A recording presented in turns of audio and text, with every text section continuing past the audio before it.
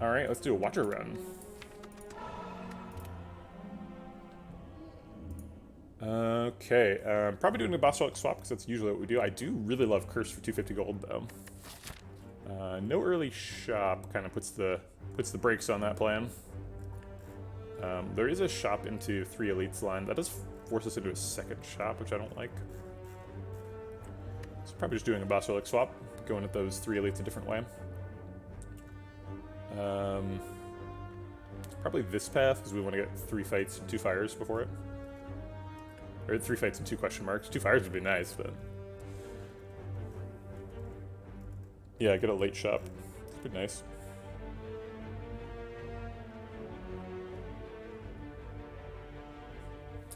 Yeah, Streamline is okay. Yeah, if it was a rip and tear, that would be much better, right? There's some good damage on defect. Let's just do a swap. Okay, Philosopher's Stone. I would consider that a good outcome. Not the best, not the worst.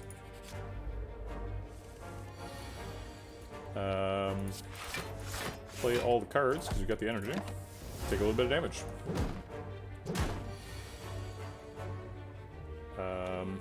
We don't have lethal with Eruption Double Strike. We can Eruption Vigilance, which is kind of weird. Take 1. Set up for Eruption next shuffle. Okay.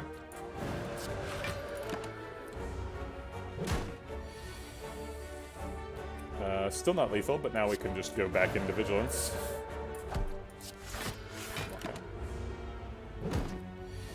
Yeah, I don't think anybody's saying Spark Joy doesn't know who Marie Kondo is. Crush Joints versus Bowling Bash, I think, is the consideration here. I think so. Bowling Bash is normally a super good card, and enemies with fights with multiple enemies are inherently give us bad Philosopher's Stone scaling because all the enemies get the extra strength, so they like kind of get an inherent multi-attack. So I think Bowling Bash helps us sort of balance the scales there. So let's grab it. Ooh, Scrap Ooze. So we have a 3 elite line lined up with 1 fire. Could potentially do an extra fire to get the Mega Elite. So I think we want to reach in here at least once. Okay. 2 is sort of my normal threshold. If we go to 44, are we going to make it through 3 elites? There's still a good chance we can get through these 2 hallway fights without taking any damage, or any like, significant damage, so we might get out of here at like 40. And then we can basically rest up to full and fight all 3. Yeah, I think we're fine there. Okay. How do we feel about 37?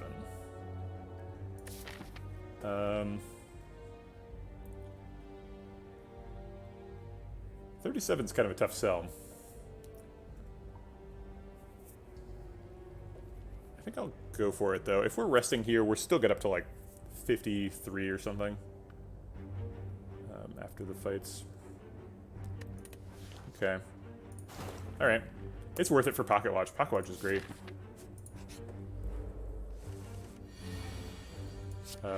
Double defend and strike. We'll hold the second strike to proc Pocket Watch. A little bit awkward to have 4 energy and a Pocket Watch in Act 1.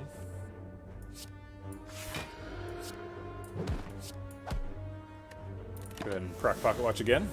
Gonna be looking for like a Protect here. Protect is super good in this deck. And with lethal. Okay. Sands time.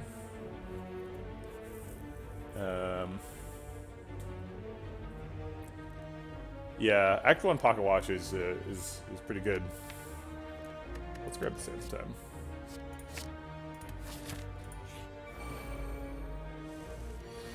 We can just like turn 1 Sands of Time on somebody. Seems unnecessary. Let's just triple defend. Take 1. And Sands of Time on the next turn. So we can just kill both. Bowling Bash kills you, Sands of Time kills you. Fight. There's a Tantrum. Jesus. Tantrum Sands of Time seems pretty good. I don't hate skipping Tantrum.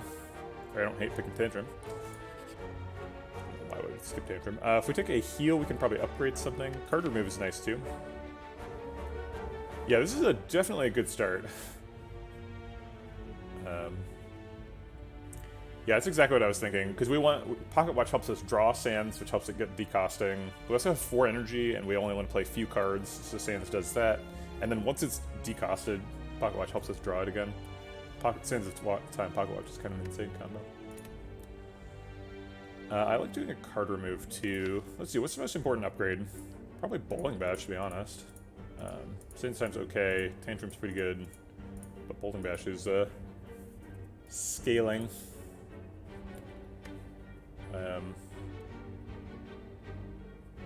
But I'm not like, we don't need the Bowling Bash upgrade, so I think we might just take the card remove and rest.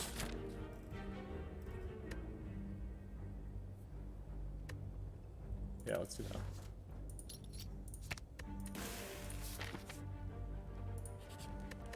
Yeah, Vigilance might be fine. It's got a high drawn played rate. We need things that are expensive for Philosopher's Stone Pocket Watch. I don't normally love card removing before the first elite. I'm a pretty big fan of it here. Just Vigilance this turn. Decross Sands Time.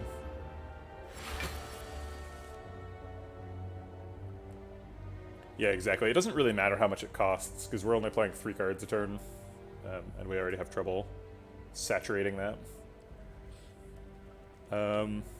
What do we think about, like, Eruption Sands of Time Tantrum here? Could get us punched for 40 next turn. But it also does a heck of a lot of damage.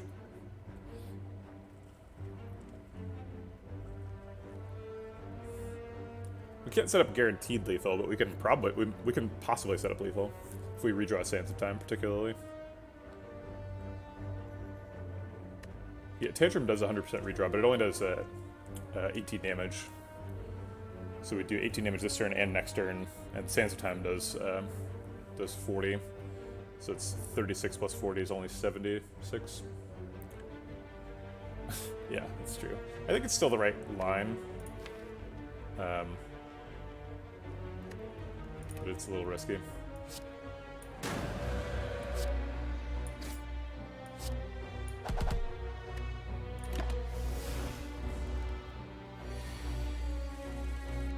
Alright, we did get lethal. Lol. Alright, that's Watcher. Second Tantrum. I think that's probably a no. I'm often tempted by taking a second Tantrum, because I'm like, the first Tantrum was so good! But then, you really only need one Tantrum in the deck, because you're going to redraw it over and over and over. Pressure Points is here, Halt is here too. I honestly don't hate Pressure Points with a Pocket Watch deck, because we can redraw the Pressure Points really easily.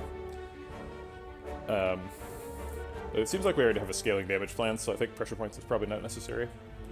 And Halt is pretty good. We definitely are going to be going into Wrath.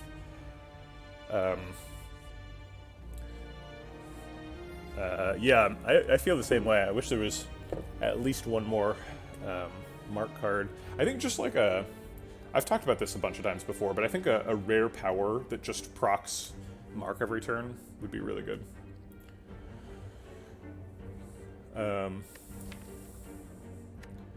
Would like a defensive tool.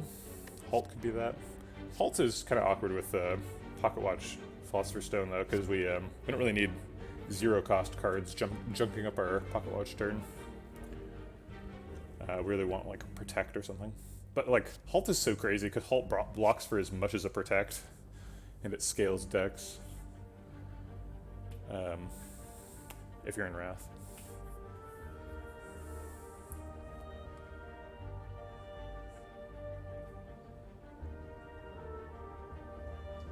You're not convinced by Tantrum at all, because we have 1 exit and 3 effective Wrath cards. Yeah, but what's the problem with that? Like, Tantrum is just a Wrath enter.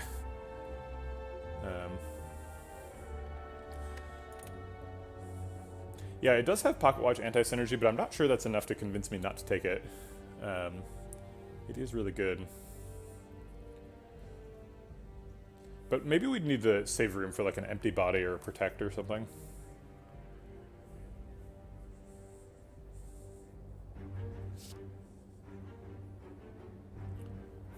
From PW and card draw? What are you talking about? Pocket watch? I think I'm gonna skip. Transforming a strike seems fine. We've got a ton of damage.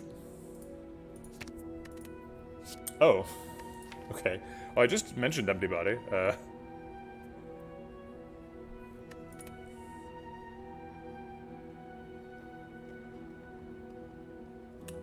So you didn't miss anything.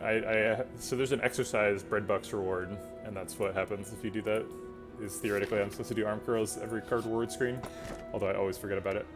My god, Captain's Wheel. What's with all the rare relics? These are literally all rares. We just got 3 rares in a row. I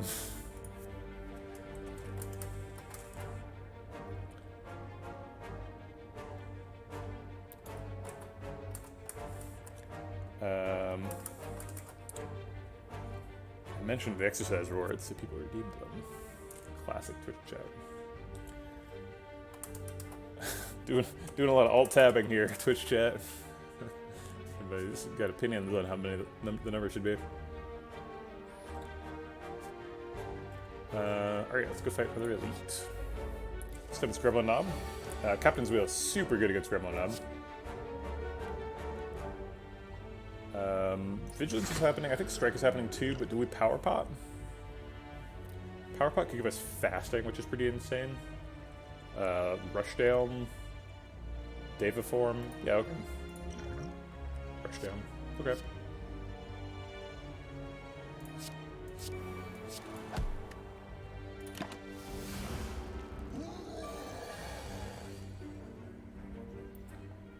Hey, Gremlin Knob, you want to see a trick? Tantrum redraws Tantrum. It also shuffles, kind of awkwardly. We could play Bowling Bash so that Bowling Bash is in the shuffle. So it'd be like Bowling Bash, Tantrum, Sands of Time.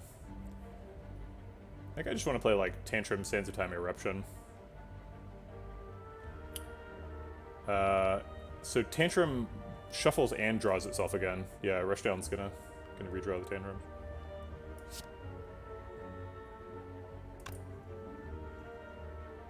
I guess I'll just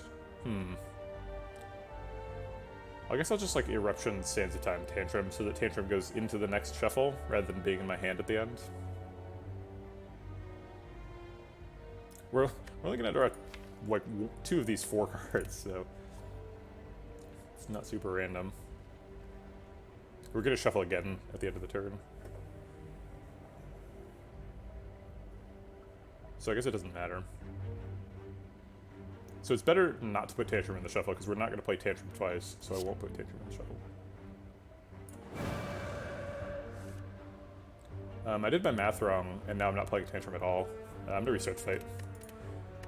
I want to play 3 cards, so Tantrum, Sands of Time, Tantrum is fine.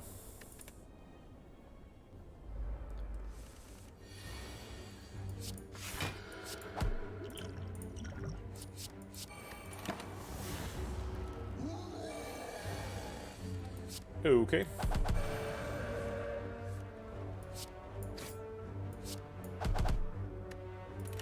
And then we kill him next turn.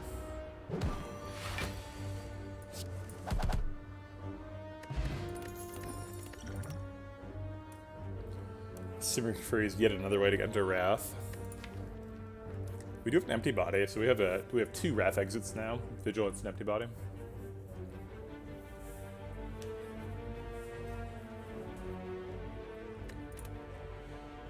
Foresight's nice too. Foresight plus Pocket Watch is kind of nuts. It's like scry for 3 and then draw 7 cards a turn. Basically drawing a 10-card hand every time.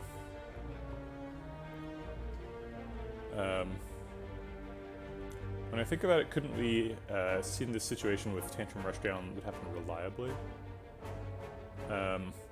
We don't have a rush down, so we can't really make that happen. The rush down was from Pop. But yes, Tantrum rush down stance exit is like usually something. Or I guess you need Calm Enter. You need a 1 energy Calm Enter to make the combo happen.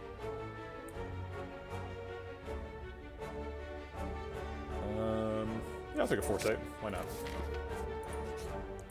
You have a rush down? You don't. Lessons learned. Probably a pickup here.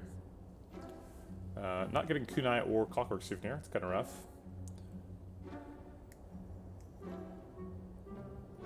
Could take a card remove instead of Lessons Learned. Lessons Learned just got a lot of room to grow. A lot of good upgrades. Sands of Time, Eruption, Tantrum, Foresight, Vigilance. A lot of good stuff.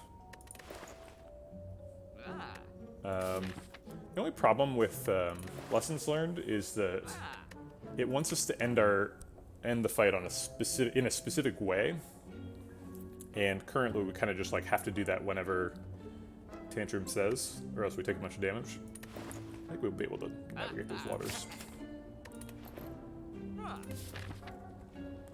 Do we feel like a Mega Elite?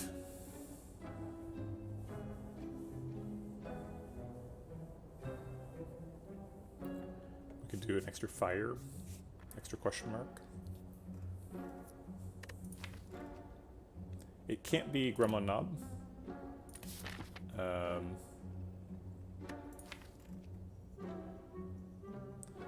Do we win Sentries? We definitely win Lagavulin, I think. Because we just wait until Sands of Time ticks down, then we wake him up in Wrath mode.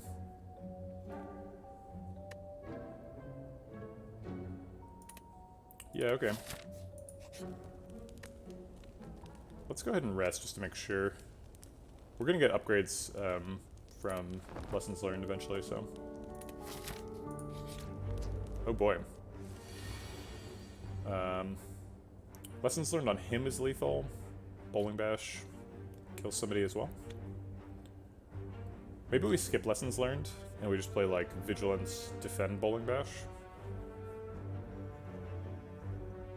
Oh, I forgot about Pantograph. Good point.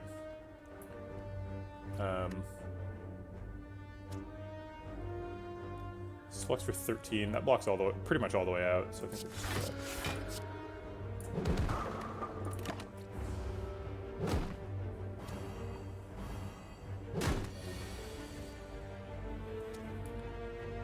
All right, they're all attacking this turn. Tantrum Empty Body is probably happening.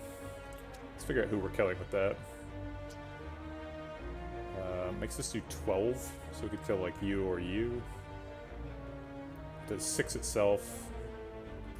I guess one does 6, the other does 12. So probably killing like the 2 Spike Slimes. And that's 3 cards and then Empty Body for the last one. So we take 2 damage and we don't proc Pocket Watch. Seems okay.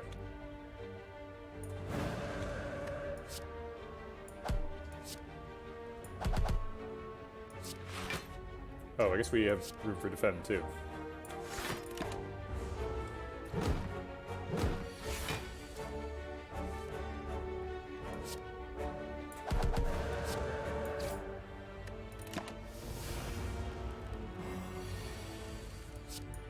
Okay. Wallop, Deus Ex Machina, or second Bowling Bash. I think I like the Wallop. It's nice to have a offensive, defensive tool since we're constrained on Pocket Watch. Oh, that's true. We didn't use Lessons Learned. Shoot. I forgot. Learned my lesson in a different way.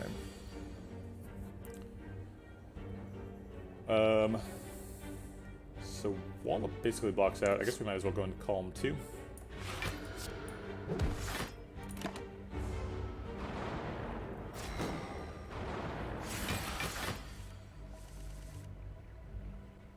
So we have Tantrum, Empty Body, and Lessons Learned. Can we make that happen? If we're not concerned about Pocket Watch this turn, we could Tantrum, Bowling Bash, Lessons Learned, I think, probably. So this does 9. This does 21. So that's 30, and this does whatever. 20, so we could do it on him. That seems fine.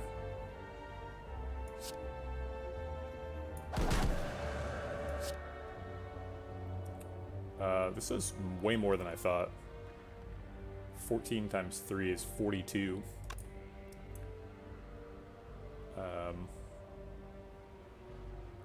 Can we just kill both of them? Yeah, Eruption's Lessons Learned kills one, Bowling Bash kills the other one.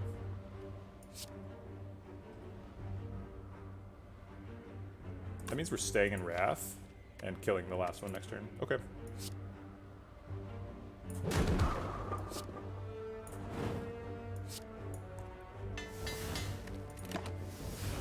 Tantrum upgrade, sure.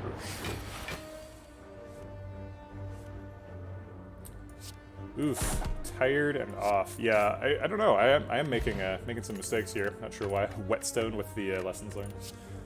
I think maybe you're overestimating me on my best day.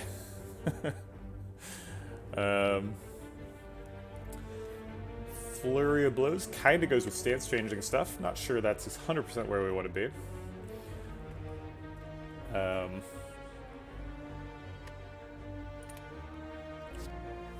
Just Lucky's kind of the same vibe. Both of these kind of interfere with Pocket Watch, so I think we're just going to skip it all. Swivel is kind of interesting. We have Wallop and Lessons Learned, and Sands of Time for big, expensive attacks. Swivel kind of matches the like cadence of Pocket Watch, where we have like a setup turn, then a payoff turn. So during our setup turn, we like block with Swivel, and then during the payoff turn, we like do a massive amount of stuff. But Swivel's pretty situational. I don't think it's probably correct here. Maybe if we had a Ragnarok in the deck, I'd take it. I'll just get this stuff. Okay, kind of hoping for a Lessons Learned upgrade, but I'll take it. Weak Pot versus Liquid Bronze. I think I'll keep the Liquid Bronze. Maybe we don't need the Swift Pot with the Pocket Watch. I do like Weak Pot quite a bit. Okay. Usually Swift Pot I think is better, but in this case we have a lot of card draw already. Alright, Smith or Recall here. So I think I'll take the Smith. Eruption seems like a good one. Empty Body's getting played a lot. And Vigilance, as previously mentioned. Also Wallop and Lessons Learned. Foresight, really a lot of options. Don't hate Wallop. Wallop feels a lot better when it does 12. Yeah, let's take the Wallop upgrade. I don't think the energy is super necessary with the Philo Stone.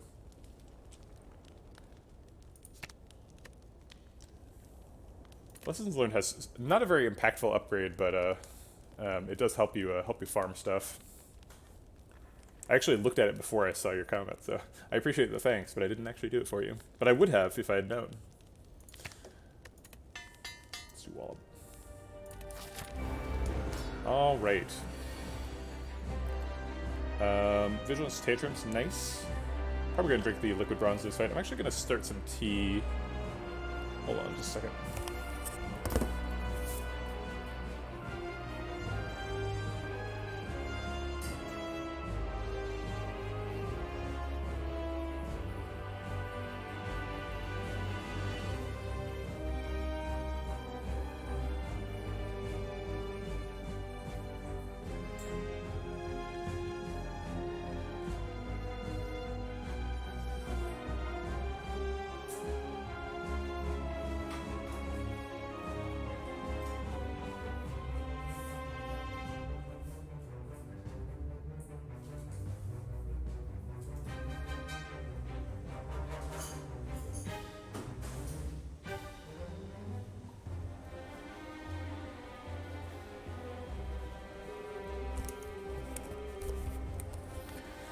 I'm not a big tea drinker. I've been drinking chai tea, but I think it's kind of like just a.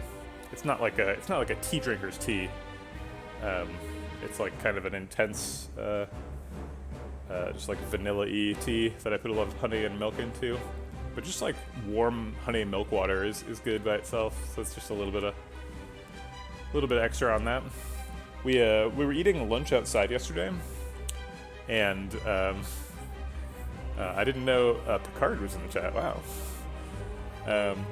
And Coconut decided to take a nap in what was clearly a spider web, because she's a cat and doesn't care about getting herself dirty.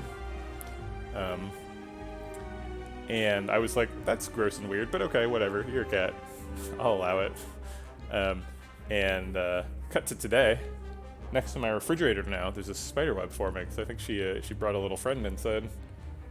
I can literally see the spider like hanging from his thread right now, like trying to stitch stuff together. Fun. What do we do this turn? I guess like Tantrum Vigilance is pretty good. Maybe we just Tantrum to set up for Sands of Time next turn. Sands of Time splits him next turn 100% of the time. So I guess it's just Tantrum.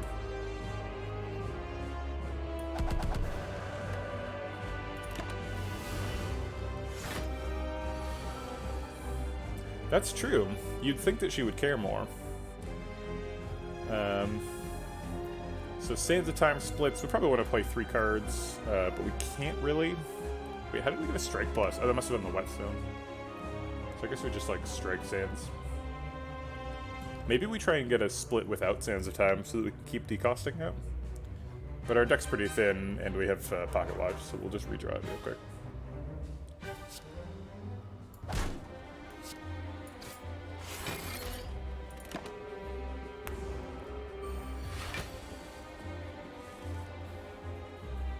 Okay, so now we want to be out of Wrath mode, but it doesn't really matter because Captain's Wheel's got our back. Defend, Strike Plus. Oh, Bowling Bash does more damage than Strike Plus. I made a mistake. I thought that Strike Plus did more damage. Oops. Last turn I made a mistake. I'm not going to make a mistake this turn. I guess Eruption does less damage than Bowling Bash Plus as well. I'm gonna go do T stuff. Be right back.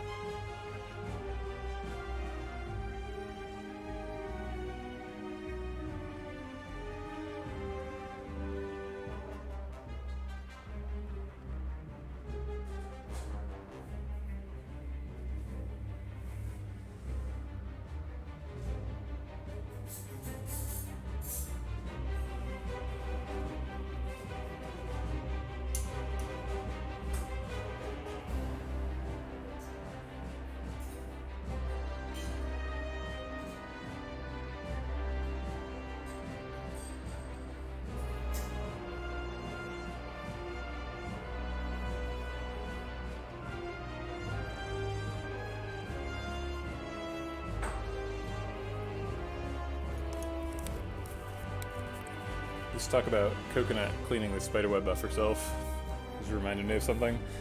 When I was a kid, I was always wondering, like, how do geese know to migrate, right?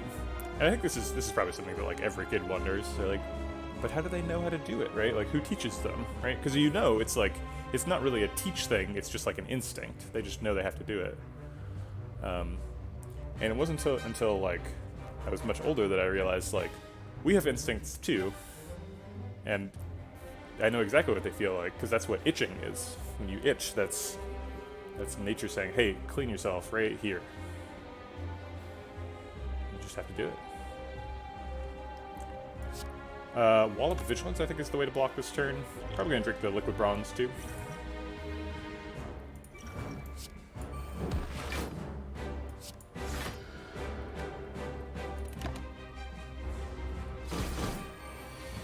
Coconut must have heard me talking about itching because she's currently kicking herself in the ear. You'll make yourself bleed, okay. You got little claws. You claw yourself right in the ears. He's hit for 6 times 4. This Philo Stone impacts him in ways that make me uncomfortable. I think we can still split him, but not quite as comfortable as I would like. Let's just go ahead and do Tantrum Eruption Sands of Time to split. We then draw these 7 cards and get a guaranteed empty body next turn if we need it.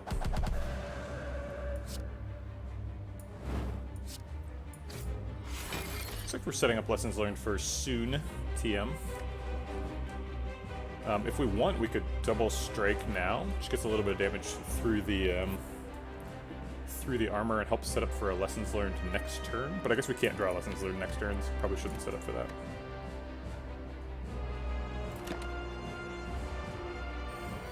Yeah, Wallop does block before Thorns. Yeah, both Wallop and Talk of the Hand work that way. So you can block both Thorns and beat damage. They happen after you hit. Why Eruption over Strike and Strike Plus? I thought that it did more damage. It does the same damage. Doesn't matter. Alright, so we need to redraw Lessons Learned for next turn. And we need to set up for it. So we can't play Tantrum, because that would go into the shuffle. So probably just like Wallop, Bowling Bash, Empty Body. And then next turn we like defend Eruption Lessons Learned. So defend Eruption Lessons Learned, we would end up taking 3 damage. Or wait, yeah, 3 damage. This is 9, this would do 20, so we've got to do 40 damage this turn. Yeah, that does it. Okay.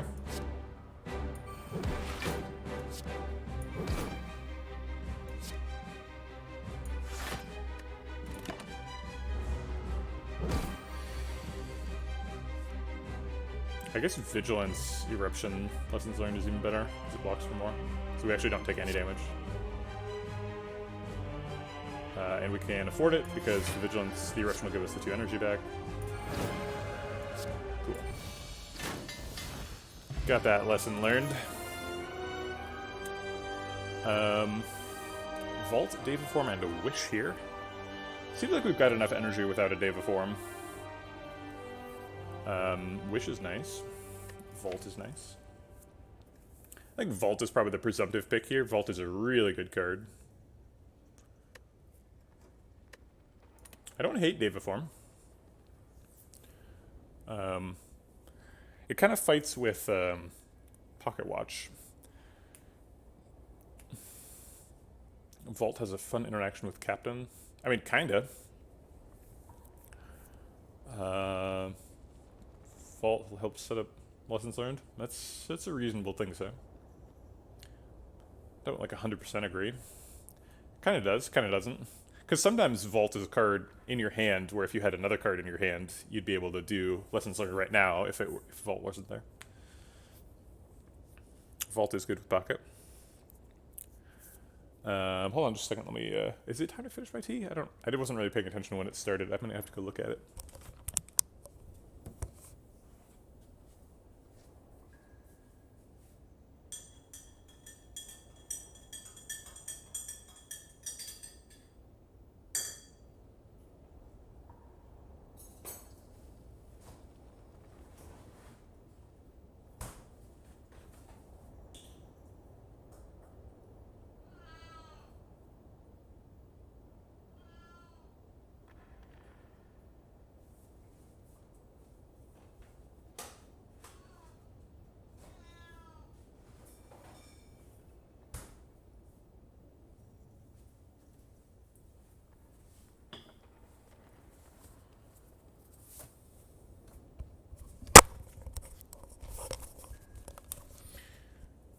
We do have a better meta-scaling card, but we can play both, right?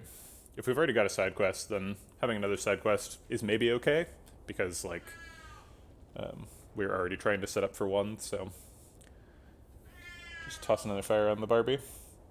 Coconut wants to be let outside, but the Fire Nation is attacking Northern California, so... No thanks, Coconut. Yeah, I'll just grab a Vault. Hey, why are you yelling at me? Good bother my wife. Violet Lotus Fusion Hammer. We talked about taking a free Fusion Hammer.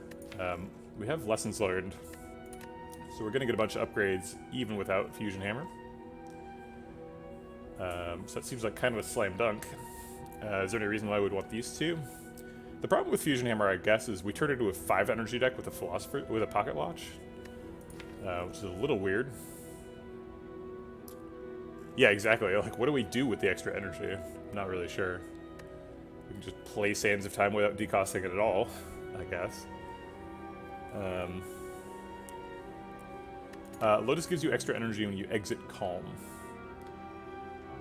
which could be useful. Yeah, more energy is just good, right? It's not really it. Even if we can't use it all, it's just like, okay, fine, we got extra energy. Slaver's Collar also gives us extra energy, but without the downside. Seems like the downside's not very important. So we should probably pick Fusion Hammer over Slaver's Collar. Slaver's Collar eliminated. Skip also eliminated. Fusion Hammer's way too good, so it's really just Fusion Hammer or Violet Lotus. Violet Lotus can be really good. If you're trying to do like a Inner Calm something. Then you probably want Violet Lotus, but I think it's Fusion Hammer by a mile here.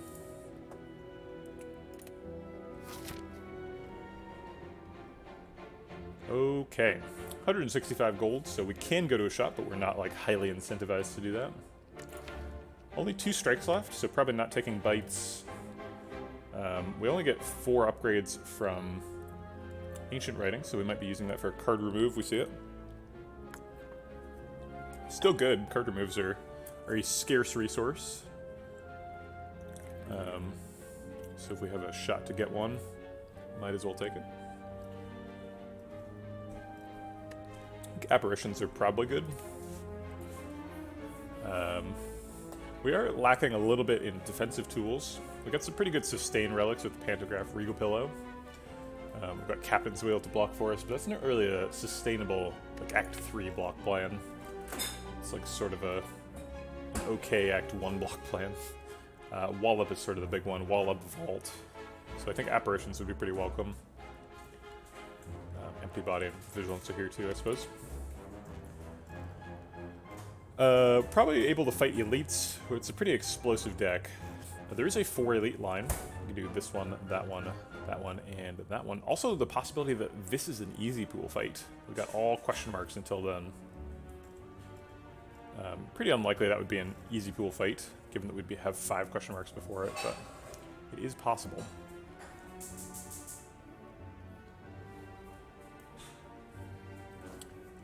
Late shop is nice. Yeah, I think I like the question mark route. We don't have Golden Idol. We had Golden Idol last run, so I sort of thought I still had it, but I don't. Which makes the next 2 question marks a little bit more risky. But I think I'm willing to accept that risk. Spirit Guardian.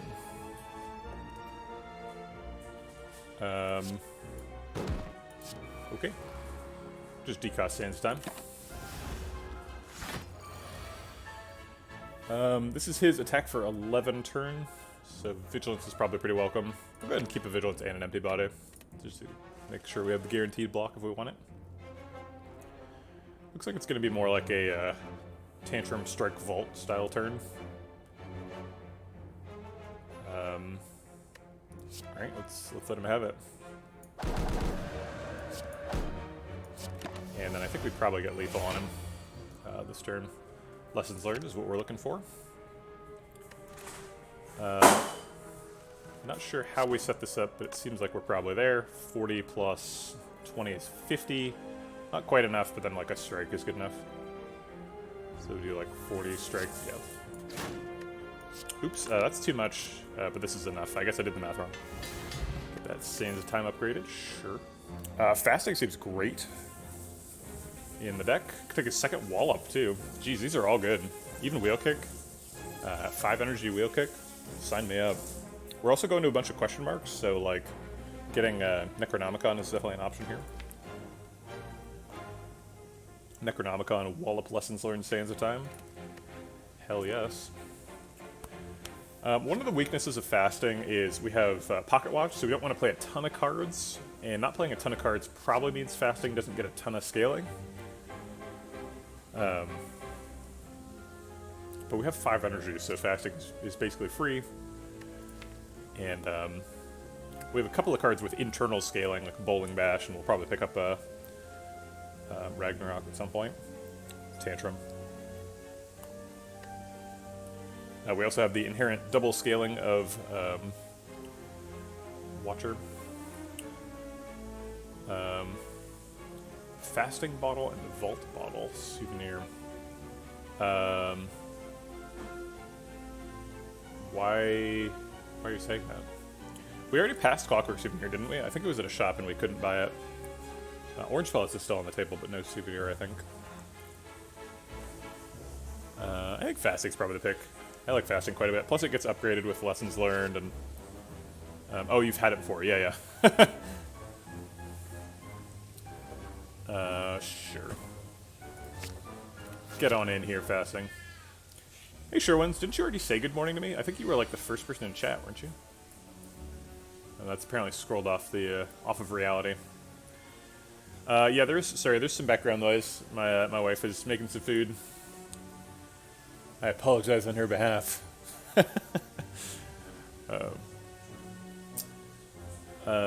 Fasting Tantrum Bowling Bash is fine. We would like to kill Chosen before she kills us, ideally. Drawing another Tantrum next turn seems good.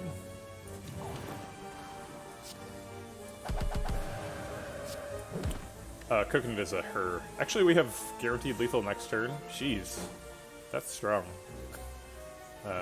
Wow. Hi, Chosen. Oh, wait. Can I still... Nope. I can't restart the fight anymore. I forgot about lessons learned. Damn it. Whoops. I don't think we want any of these. Third eye's not bad. Empty body's okay.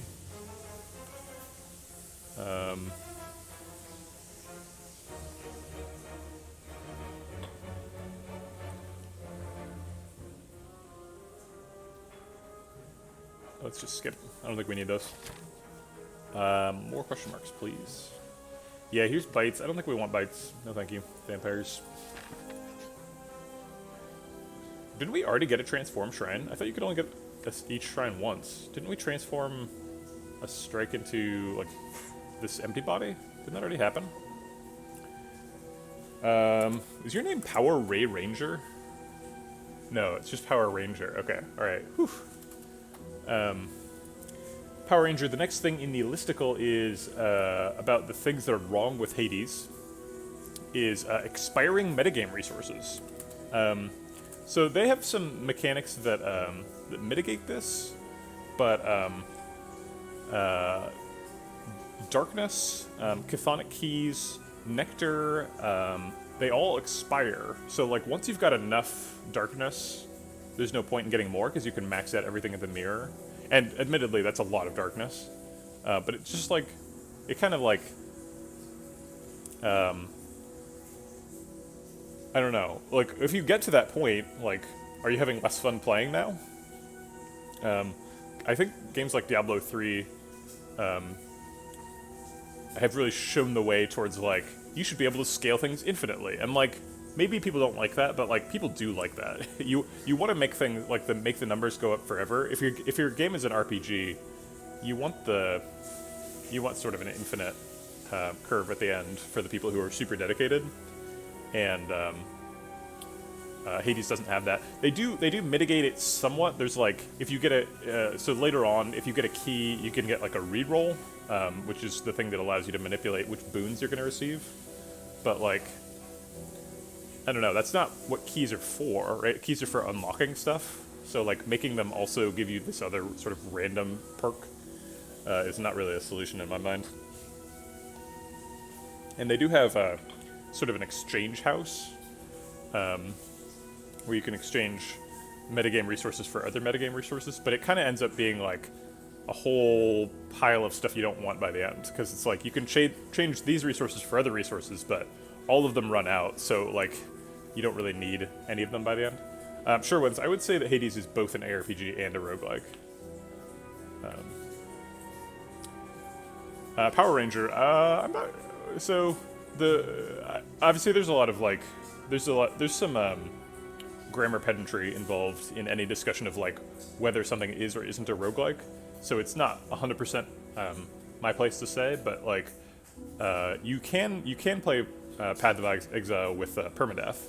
And permadeath and procedural generation is basically like the minimum bar for being a roguelike, and Path of Exile definitely has procedural generation. So I think Path of Exile is a roguelike if you want to play it that way.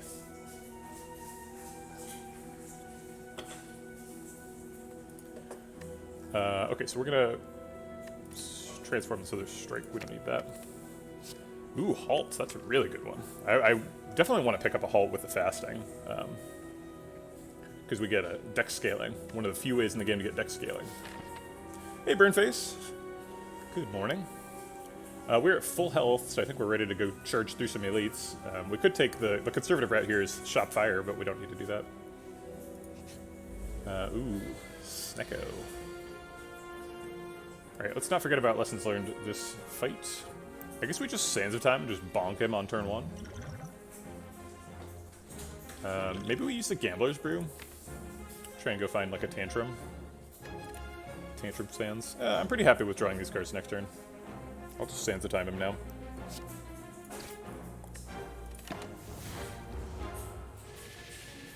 Ooh. Burnface has to see Coconut. Very well, we'll go fetch her.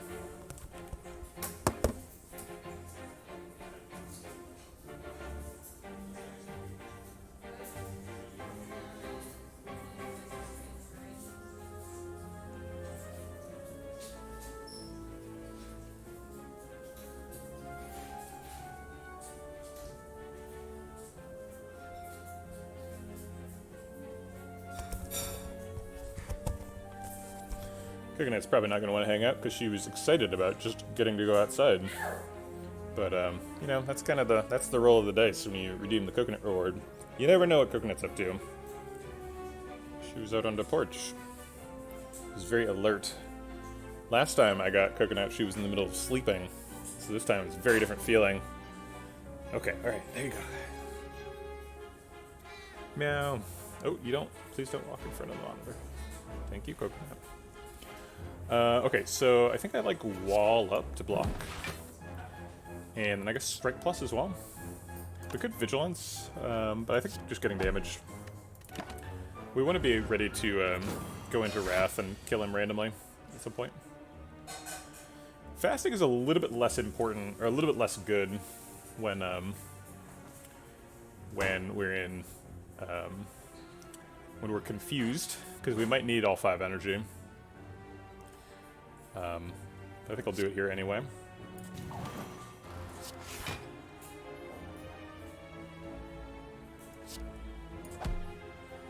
But don't kick yourself too hard. Yeah, you'll get yourself hurt. I am at a standing desk Power Ranger.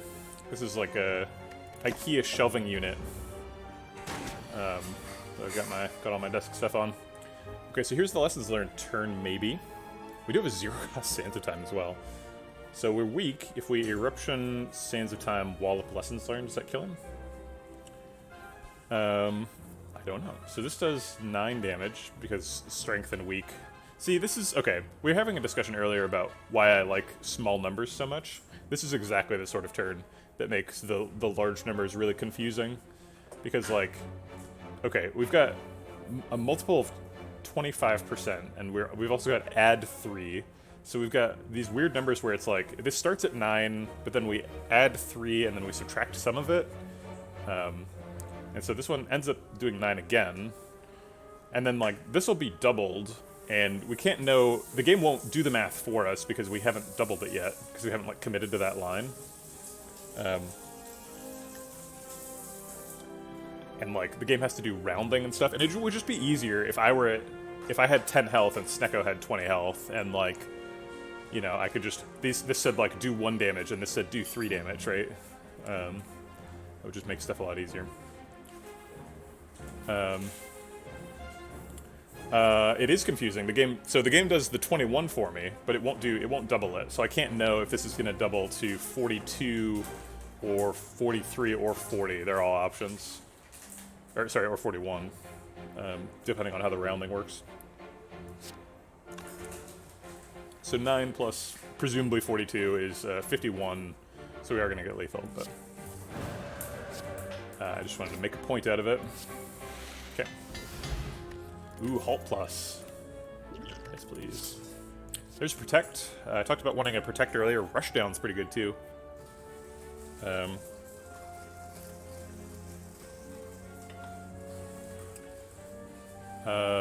Okay, let's do an exercise reward while we're considering these cards. Down to 13. Started the day at 8. Tried to get him down. Failed badly. Chat has other intentions.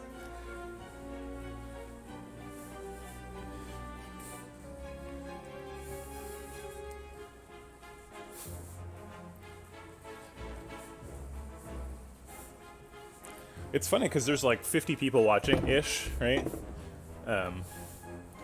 43. Oh crap, exercise went back up. There's like a bunch of people watching, and so if I were to tally up the bread bucks per hour that are being granted to the community, it's probably like, I don't really know, like how many do you get like per hour? Is it like 50 or something? And it depends on if you're like subscribed too, but per hour is like 1,000. But you're subscribed, so maybe you get like double or something. Whatever. So assuming people get like 1,000 per hour, the exercise reward only costs 500. So like, one person could get an exercise reward every half an hour, and there's 43 people watching. So like, in reality, I'm giving out an exercise reward like faster than once a minute. There's like no way for me to catch up if chat decides I can't catch up. I would just have to be exercising constantly. Alright, Click, what do you got here? It looks like 6. Nope, there's a 7th one.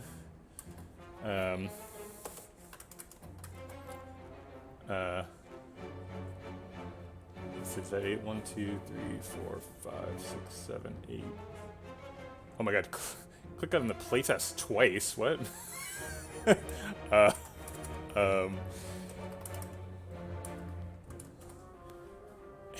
I can't. Coconut, what is even happening? Click, why do you have so many points? Oh my god, I need to make the things more expensive. Wow. Okay. So Click, I've put you in the playtest. Would you like to be in the playtest list twice? Or would you like to put somebody else into the playtest list? You can do that.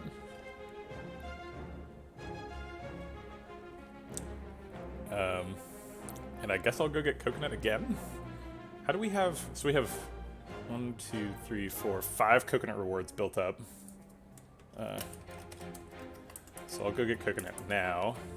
And then when should I get her again? I don't know. So Click, if you wouldn't mind, I would prefer if you picked the person. Just because, like, if I pick the person, then it's like, it becomes a melee in chat of like, I say like, okay, who wants it? Or like I have to pick a favorite or something, and that's like, puts me in an awkward situation. So it would be nice if you could choose.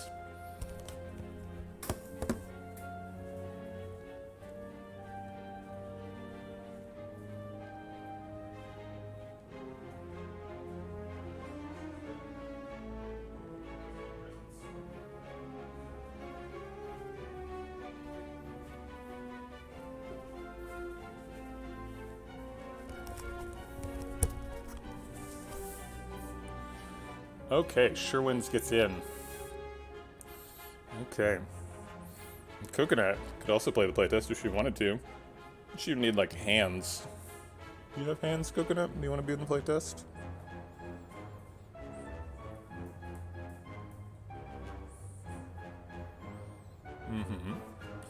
Okay, good job, Coconut.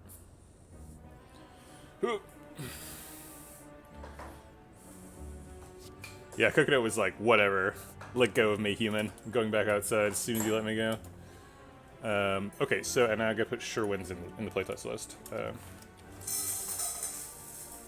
What kind of game am I making? I'm making a roguelike. Here, let me give you the pitch. So it's a roguelike where you fight only bosses, is the, like, mechanical context. And then the thematic context is like you're in a world where like everyone's a crazy powerful like superhero scale luchador, and the name of the game is Rogue Executive. So you're like you like found the company, and then you start like buying other companies by like going and fighting their bosses, and then I don't know what the boss section is. I think it's like you take your company public and you have to like fight the banks and stuff. That's the current idea. I think you need to reserve your playtest. Now you've worked out you need to increase prices. I kind of want lots of playtesters. So that's kind of a good thing. I've only been doing like a pace of like 1 a week. I was hoping to do 2 a week, but I've only actually been doing 1 a week. And currently there's a backlog of 1, 2, 3, 4, 5, 6, 7, 8. One of them's happening today, so there will be a backlog of 7 by the end of the day, but still. I'm glad you like the concept, Grim. Aha, Pips Mix is in there too. Okay, well, now I guess the backlog won't go down to 7, because Pips Mix has deemed it so. Let's see, did I get your name spelled right? Simex. People who are in the playtest, I would appreciate it if you join the Discord so it's easier for me to find you. If you don't, I can send you a Twitch message too. That's fine. I think we want to protect... Sorry, getting back to the game here. Halt has been really good.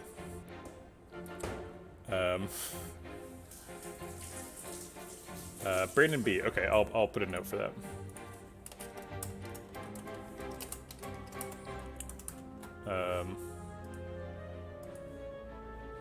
I'm also just going to delete that message in case you don't want people to know what your name is. Sorry for saying it out loud.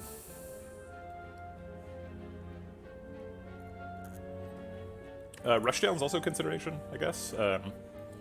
Tantrum Rushdown, always a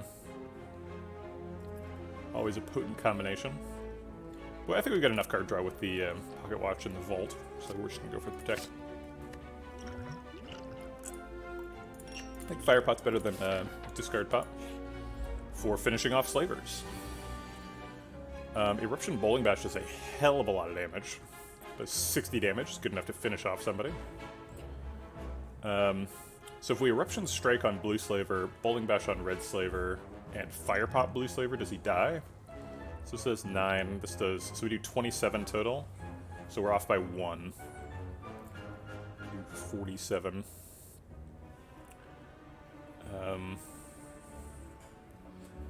Can we get lethal without Eruption then? On Red Slaver. I think we can. Fasting Bowling Bash Strike is probably lethal. Ends up doing 13 times 3 is 39. Plus 12. So it ends up doing 51. And then we like Weak Pot Blue Slaver. Okay.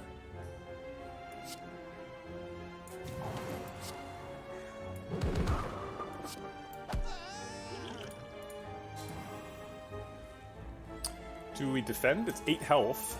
Costs us 3 cards next turn.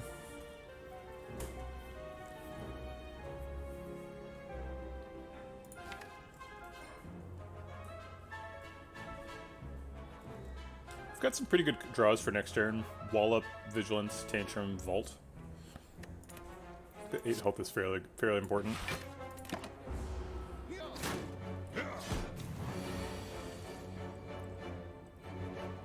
Got that Vault. We just Foresight Vault here. It sets up Captain's Wheel and lets us scry next turn. Probably letting us set up a Lessons Learned.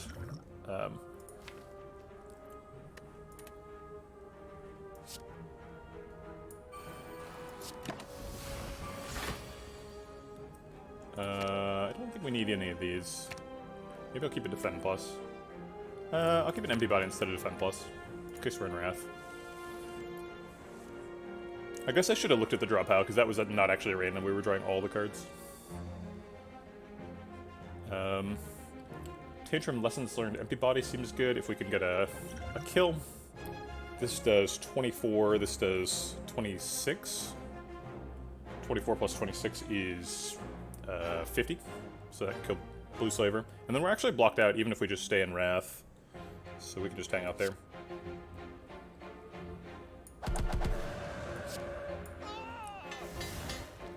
Okay.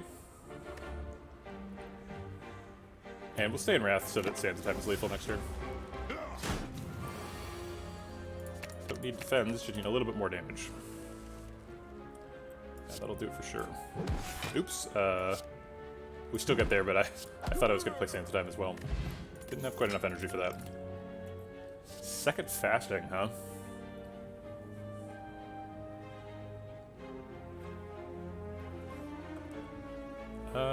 Second Fasting makes us a 3 energy deck. I would take it if we had orange pellets. We don't have orange pellets. Second Fasting also helps us just get a fasting effect more reliably. Let's go ahead and do an exercise reward while we're thinking about it. Getting down to 21.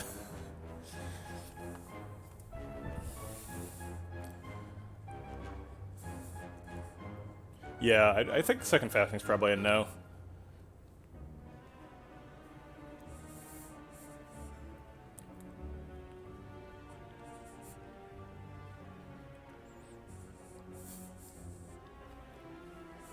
Yeah, I think Sands of Time also was just lethal. Went a little bit too fast there. Did it wrong. We're just skipping. The deck is really good. Flying Sledge is kind of interesting because we do have the fasting. But no. Okay, surprise fight.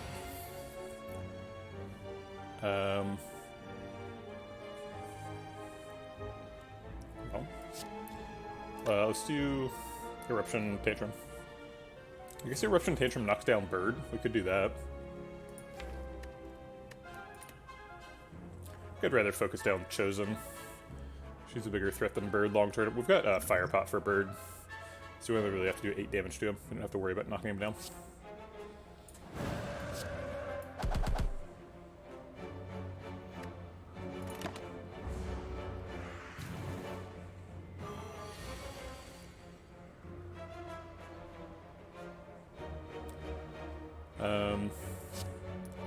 We could Fire Pot Lessons Learned on the Bird. It seems like sort of an overcommitment, given that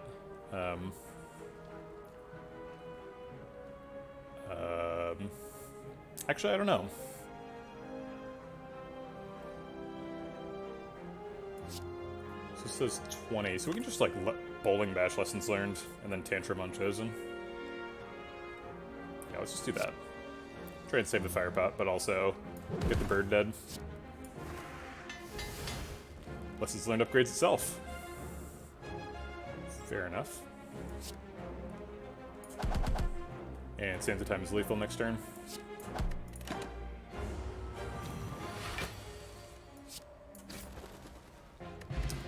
Okay. Second Tantrum, I think, is a no. We've got plenty of Wrath Enter. Second Foresight, also a no. Foreign Influence, nah, we don't need anything random. So I think we're going to skip, but first, let's do an exercise reward.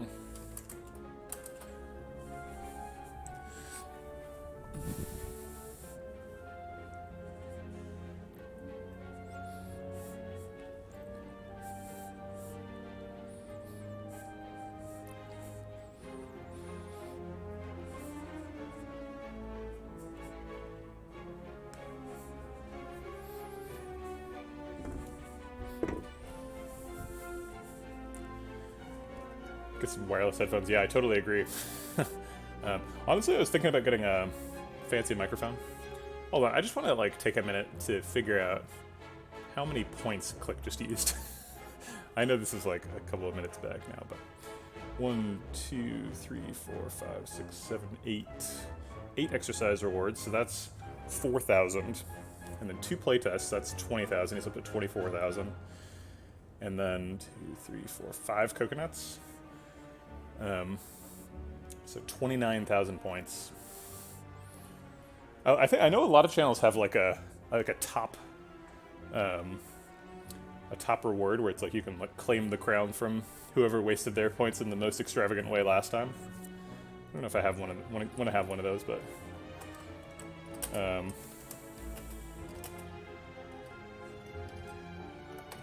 is impressive nonetheless. I think I want to know who it is. Yeah, let's just skip all these. We don't need them. Sorry, I'm going super slow today. Do we want 3 more elites? We kind of do. We're at like almost full health. We've kind of just been dunking on them. All right, Book of Stabbing.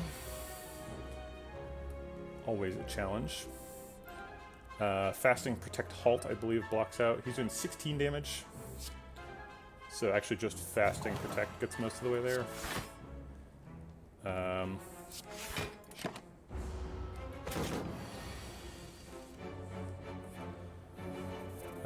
His it for 24, we can wallop Empty Body to block out.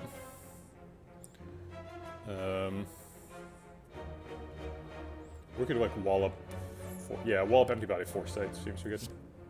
Seems pretty good. Those are 3 whole words.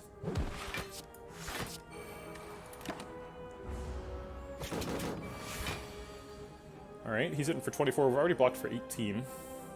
Probably don't need too many defense. I'll keep a Bowling Bash and get rid of a Strike. Actually, let's see. We're getting Tantrum and Lessons Learned this turn. Probably can't get lethal.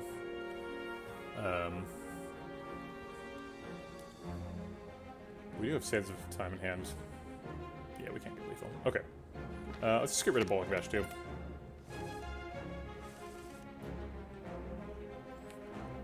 Okay.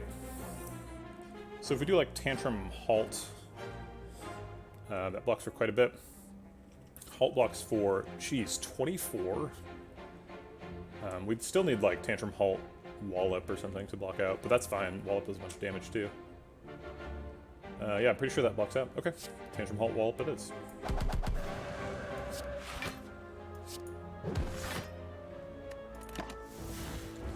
Alright, hopefully next time we draw Lessons Learned we can use it. Gonna need that Empty Body, I think. Do we need this, the Defend Plus? No, there's lots of defensive tools in draw pile. Here's the Lessons Learned. Can we use it? 58 plus 48. 58 plus 48 is already lethal, unfortunately. It's a little too much damage. We only have 4 energy. So I think the max damage is probably Tantrum, Bowling Bash, Lessons Learned. So it's 48 plus 26 is 74. And Lessons Learned is doing 32. Yep, so that's lethal. 48 plus 26 is 74. Yeah, okay.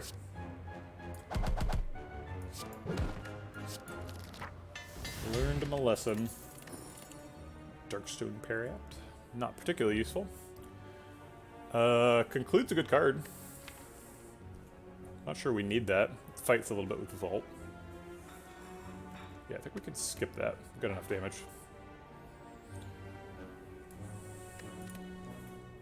Yeah, we don't need any other stuff. Alright, let's go get another elite. Same health as before, so... meal ticket pays off pretty soon. Also pays off in Act 4 and stuff. Sure. Can I see how many bread bucks we have? No, I can't. Not as far as I know. There's lots of Twitch tools, so maybe there is one, but I'm not familiar with one at least. Tantrum Bowling Bash Vault seems pretty appealing here.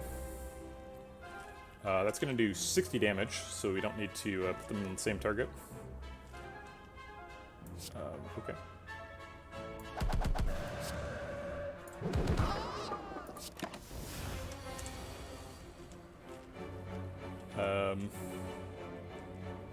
We can Sands of Time, Halt, Defend.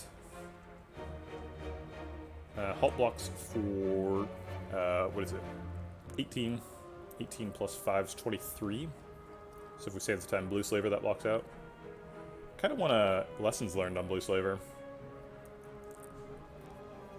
But I guess I'll be satisfied with Taskmaster.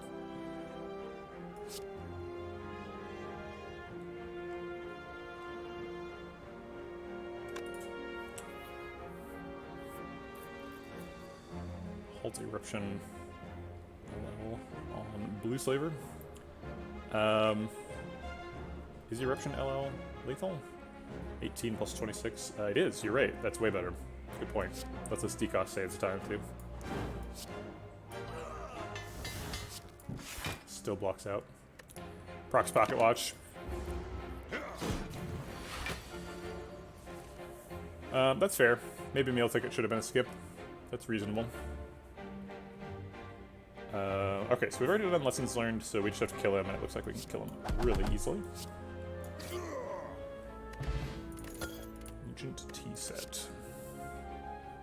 Coming in hot. We don't want any of these. We got plenty of damage. Colorless Pot versus Weak Pot. I think we're saving Fire Pot for a potential Gremlin Leader, which could be the next floor. Weak Pot's pretty good against Gremlin Leader. A little bit hesitant to let that one go. Colorless Pot is very useful, though.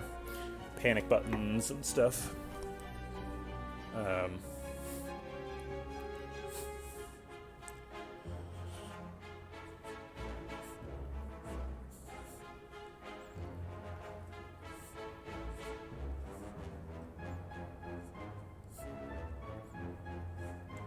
I think if there were a UI that showed me how many bread bucks people had, it would have to show, like, all viewers who have ever come to a stream, like, not even followers.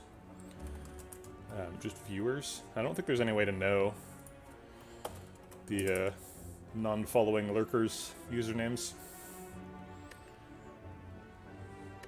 Skip here. Yeah, I don't think I want Cutlass Potion over Weak Pot. Weak Pot's really good.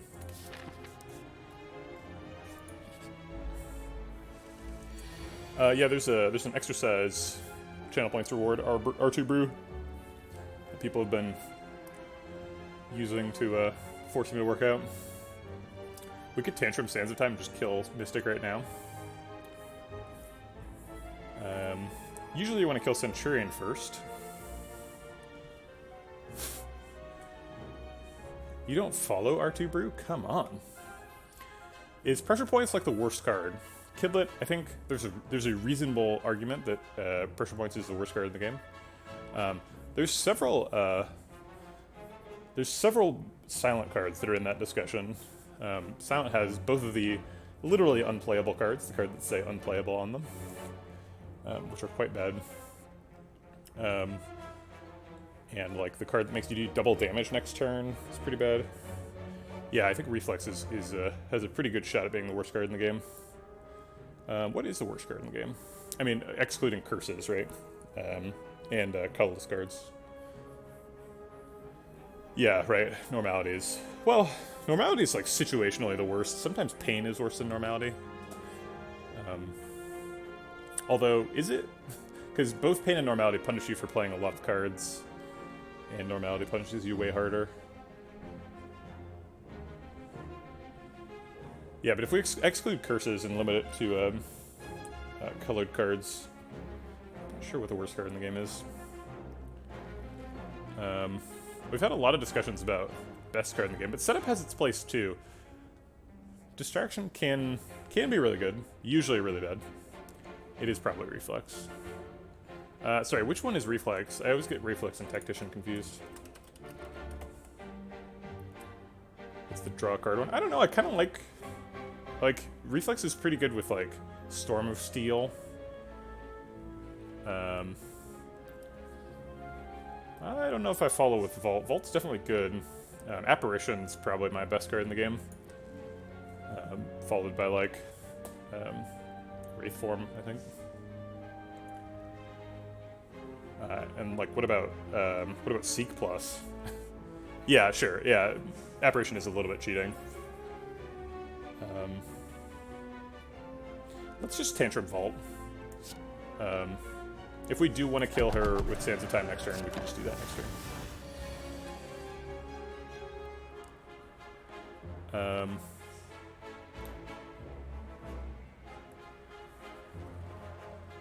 So we can Tantrum Lessons Learned her to death.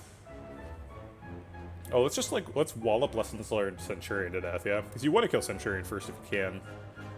That only does 50 damage, so we need an extra 16.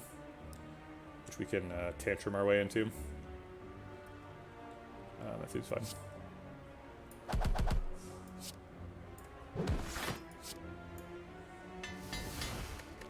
Getting those upgrades.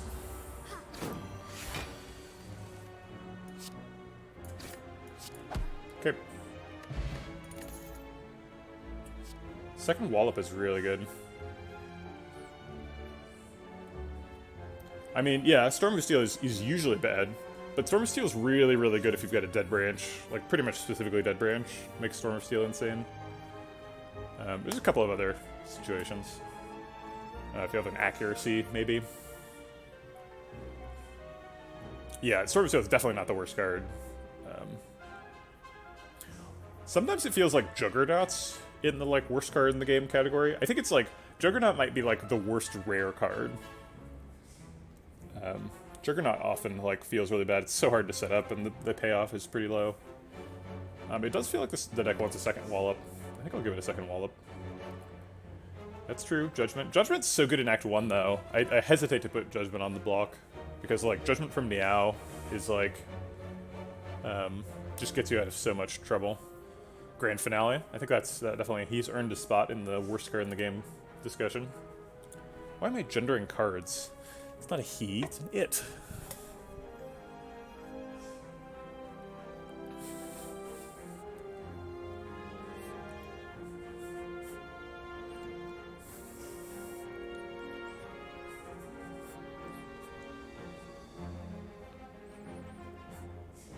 What about the Ironclad damage common that's only playable if your hand is full of attacks? Clash, I think it's called.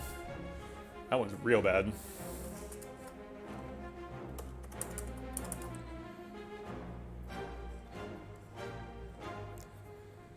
But all of them, like, all of them are situational, right? There's got to be one that's just, like, not even situational. It's just, like, it only is good in that, like, such a niche situation that it's, like, never pickable. I think that's probably Reflex, right?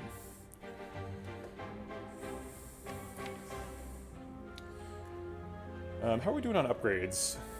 We got most of the deck upgraded. A couple of important missing ones. Vigilance, Protect, Fasting, Vault. Actually, Vault's upgrade is not that important. We're a 5 energy deck. Sentinel, that's true. Adding a basic defend to your deck is pretty bad, but Corruption is really good, and there's actually lots of ways for Ironclad to exhaust it.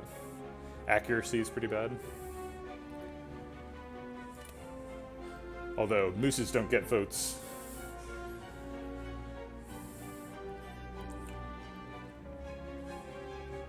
Yeah, Grand Finales definitely can win you the game.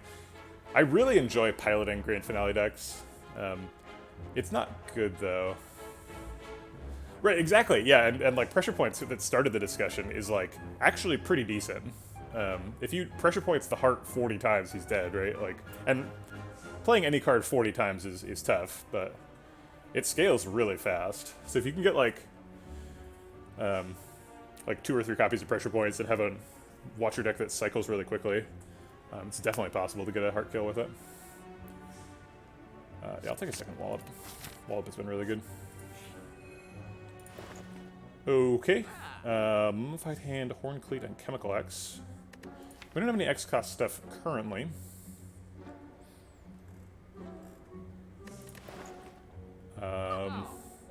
We do have a power. Just the one. Fasting. But there doesn't need to be any other cards that say Mark. If you have like a couple of Cut Through Fates and a Wheel Kick to try and find your pressure points, you can get it going. I've never had a pressure point centric deck that wins, but I think it's a reasonable supplement. Just like the amount of efficiency per card and per energy that you get out of pressure points is pretty insane. In a long fight, right? Like, even if it's just like pressure points is 1 energy, do 40 damage, it's like, whoa. Where does the Oh Hi Mark thing come from? I've heard that clip. Is that like somebody's follower notification sound? Why is that in my head? We have like 500 money, so we should probably do something at this store.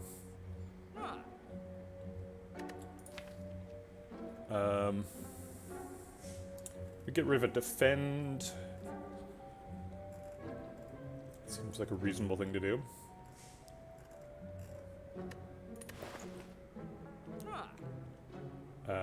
We remove defend and take a mummified hand. Seems fine. Is there anything else we want to do here? With a mummified hand, do we pick a battle hymn?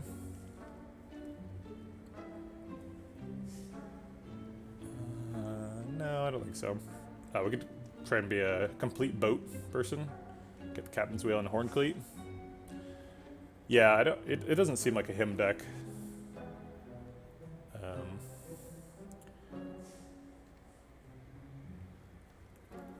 I don't really do him without establishment. I'll do it in Act 1. I'll take a battle him early as my 1 damage card. But that's not the situation. Can we afford Mummified Hand, Horn Cleat card remove? We definitely cannot. We can't even afford both of those. I definitely think Mummified Hand has priority over Horn Cleat. So let's just do Mummified Hand card remove.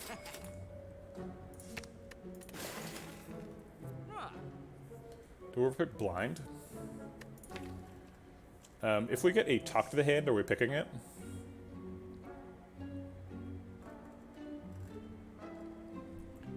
Yeah, him and establishment is so nuts. Also, just like him, Act 1 is crazy by itself. He just lets you not pick any cards.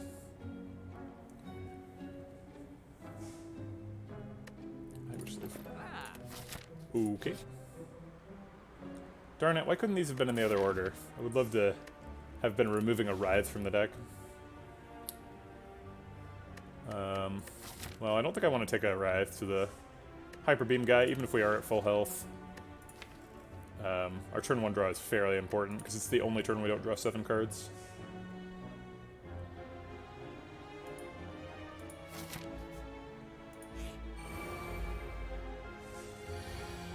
Okay.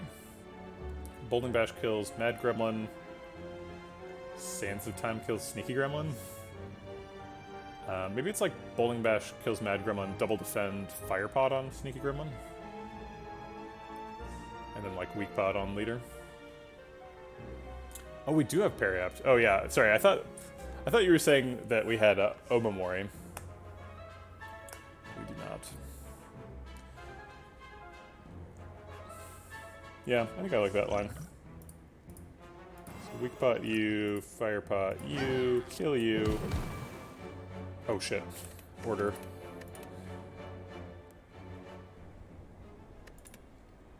Whoops. Him versus Infinite Blades. That's fair.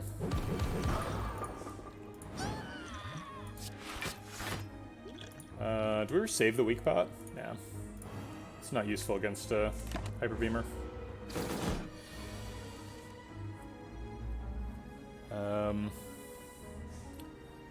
Eruption Wallop Strike is pretty good. He's not attacking this turn. Can he attack next turn? He can.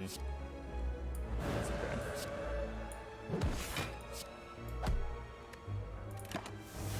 Getting pretty close to lethal on him again. Or already. We can't quite afford Sands of Time Wallop Lessons Learned, but if we could, it would be lethal. We can just Sands of Time him and then Wallop a Mad Gremlin's block.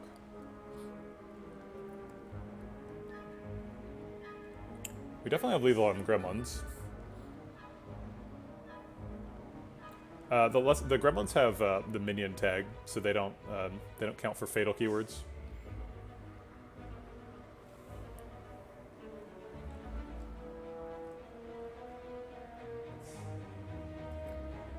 I think we're just gonna kill one of the Gremlins to block,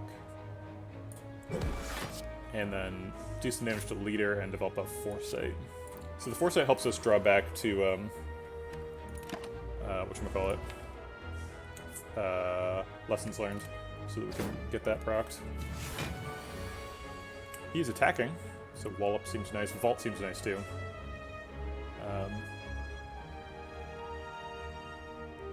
I'm actually going to take Eruption and Strike, and we're going to like Eruption Strike Vault potentially. Actually, there's more offensive tools. I don't need to keep either of these. I'll just keep the vault. Keep cycling. Sands of Time is lethal. We just want to set up for Lessons Learned lethal. So it's going to do... we don't have fasting, so it's just going to do 26. So we need to do 25 damage here. And we can do 40 with that. So let's just do Bowling Bash Vault.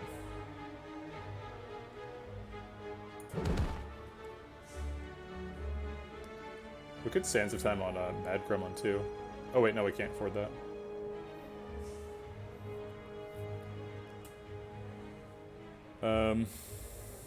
Lol.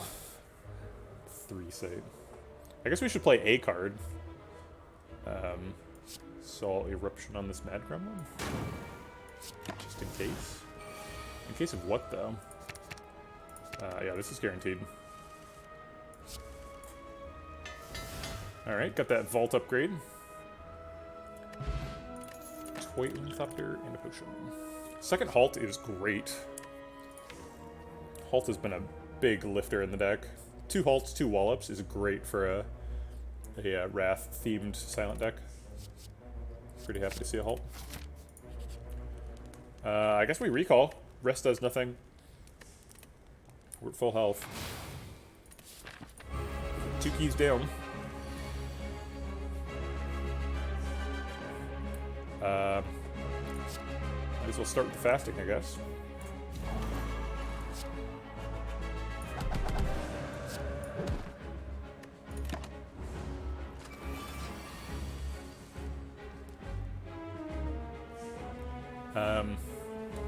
Max block is like Vigilance, Empty Body, Protect. Probably don't need that much. He's hitting for 18, he's hitting for 9, so it's 27. We don't have any other mechanism for blocking, though. So we do need, like, at least something. This actually only blocks for 24. I guess we can Empty Body, Vigilance, Defend. Okay.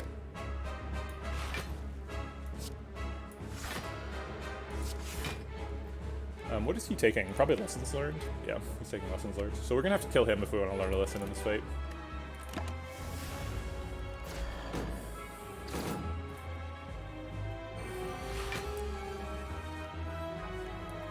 These guys also have the minion tag, so... Sands of Time killed him by itself.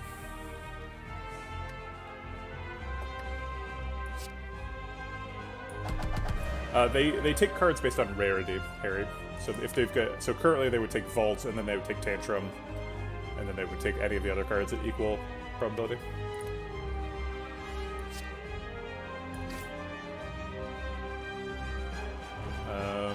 One more card for a happy Pocket Watch.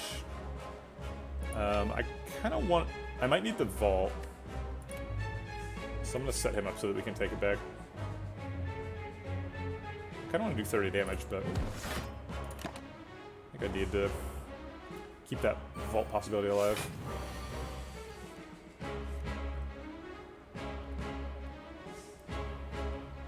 Okay. So this does 48 damage. This does 52 damage.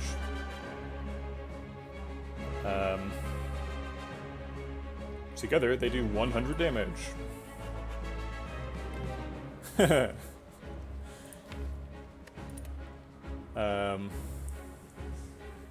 Yeah, they just like the rare ones.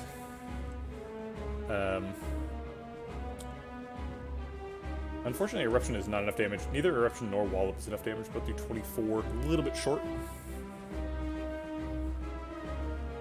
This is a pretty convenient turn to Vault as well. So I guess we just have to waste one of the Tantrum or Bowling Bash on it. Unless we can block. Yes, yeah, I'm going to play Bowling Bash correctly. Maybe we should have saved the 2 Orblings instead of Bowling Bashing.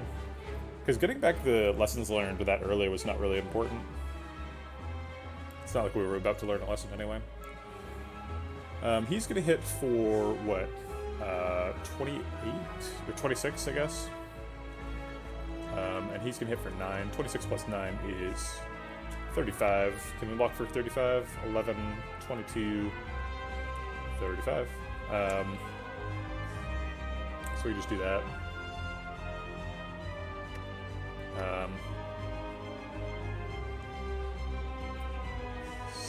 So Halt actually blocks for a lot too. So we give like Halt, Bowling Bash, Tantrum, Empty Body. It blocks for 18 plus 13 is 31. What are they hitting for? 26 plus 9. So it doesn't quite block out, but it's pretty close. It does 100 damage to Automaton. It also doesn't proc Pocket Watch. Can I get a Lessons Learned next turn? Max damage is going to be Wallop Lessons Learned. Oh, I guess it would probably be Strike Tantrum Lessons Learned. So Tantrum's going to do 48. Strike is going to do 12 times 2 is 24. 48 plus 24 is... why can't I do that math? 72. So if we're doing 100 this turn, 72 next turn, he's losing 160 health, so he goes to 86. Lessons Learned is not going to do 86. So we can't get lethal next turn, even with the extra 6 from Liquid Bronze.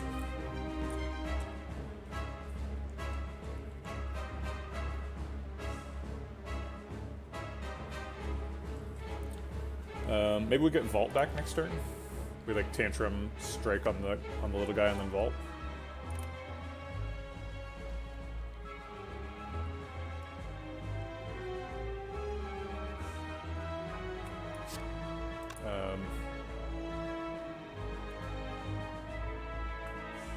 What if we like Halt Wallop? Blocks for 18 plus 24 is 42. I'm trying to block without exiting Wrath. Well, Bold to kill minion is always wrong, because we should Tantrum to kill minion. Oh wait, you're not playing Tantrum in your line. I don't really like Wallop on the armor. I would prefer to get rid of the armor and then Wallop, because Wallop only blocks for unblocked damage, so we have to get rid of the armor if we want max value out of that. I think we're just going to break Pocket Watch this turn and do a bunch of damage. It's fine.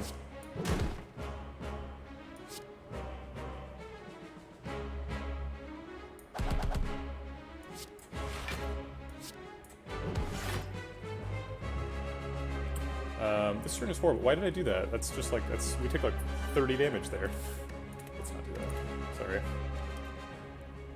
Sorry. I think I thought I was exiting Wrath with that line. I don't know what I was thinking.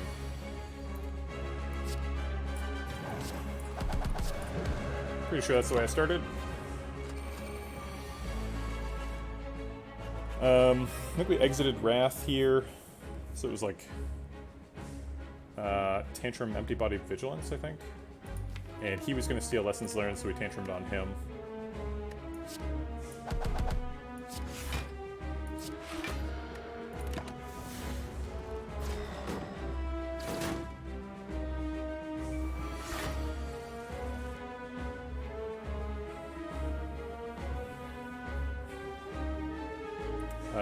Shoot.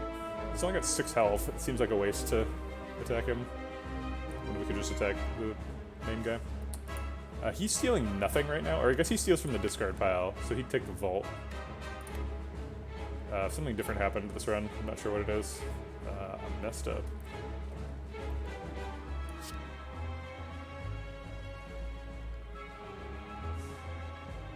We could just give him the Tantrum, and then take the Tantrum back next turn. So Tantrum does, or this does, Sands of Time does 58, so we could Sands of Time him to take back Tantrum next turn. Seems fine.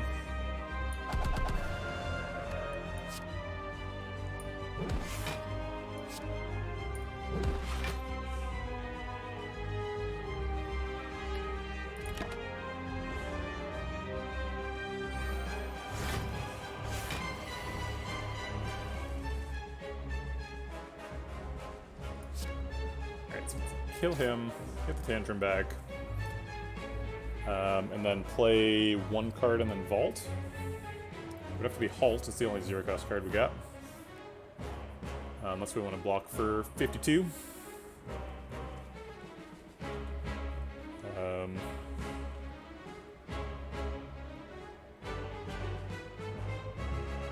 Okay.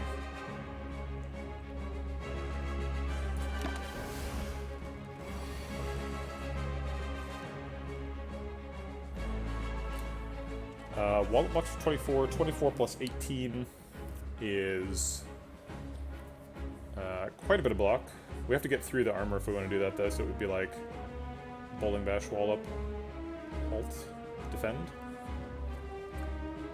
Okay, so Wallop box for 24. 24 plus 18 is 42. Plus 11 blocks out. It seems fine. We don't proc Pocket Watch, but he's not attacking next turn, so we don't really care.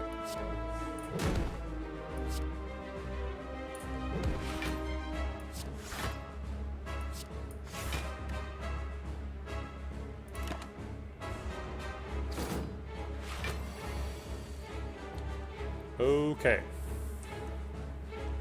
So Tantrum Wallop blocks out and does a bunch of damage to Automaton. And then we can, like, Tantrum to kill him. Sands of Time on big guy, and then Lessons Learned on big guy. I don't think we have quite enough damage to do that.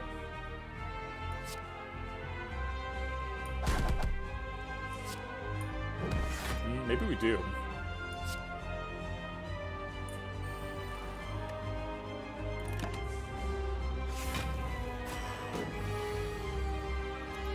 Alright, he's doing the big attack, so we need to kill him. We can kill him without taking a lesson.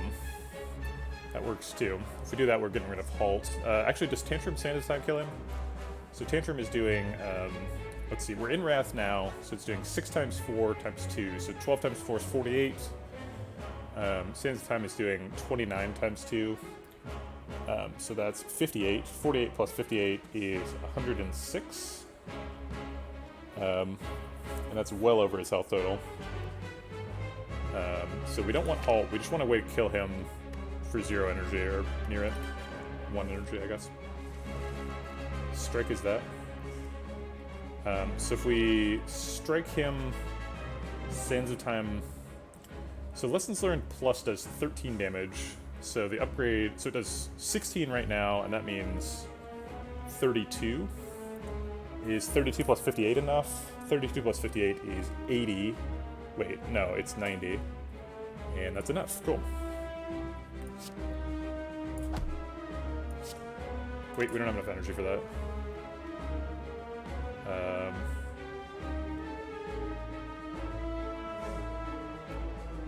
So we're not learning a lesson. Darn.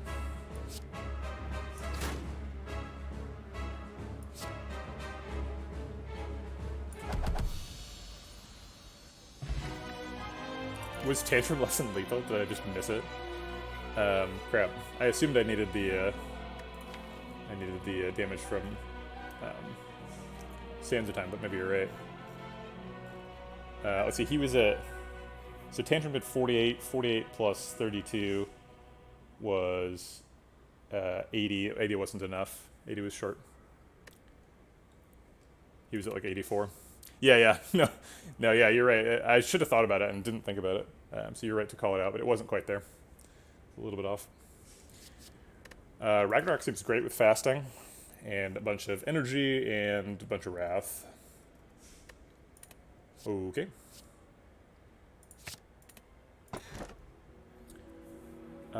Pyramid, Calling Bell, and Busted Crown. I think we're probably done taking cards, so we could take a Busted Crown.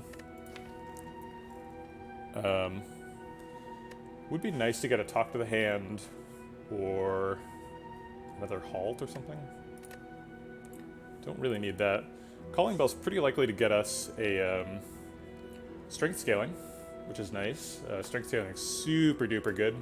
Anything that uses a campsite would be really good too. Gira, Peace Pipe, Shovel. Those are all possibilities from Calling Bell. We don't have a lot of ways to use campsites because of the fusion hammer and the lessons learned. Pyramid is great, obviously. Calling Bell also gives us 6 HP. I was going to call that out. Pyramid helps us set up lessons learned, helps us block perfectly. I don't know if we need Pyramid, because we have a fairly thin deck, a Foresight, and a Pocket Watch, so we're kind of drawing like 11 cards a turn, which makes Pyramid a little bit difficult to manage. We also have several expensive cards.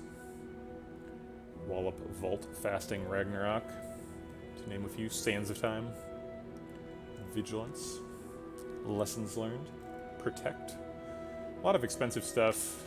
We're also a 5 energy deck, though, so we can kind of handle it. We got rid of most of the basics, so we don't have to worry about our hand being gunked up by Strikes and Defends. We got 1 Strike Plus and 3 Defends.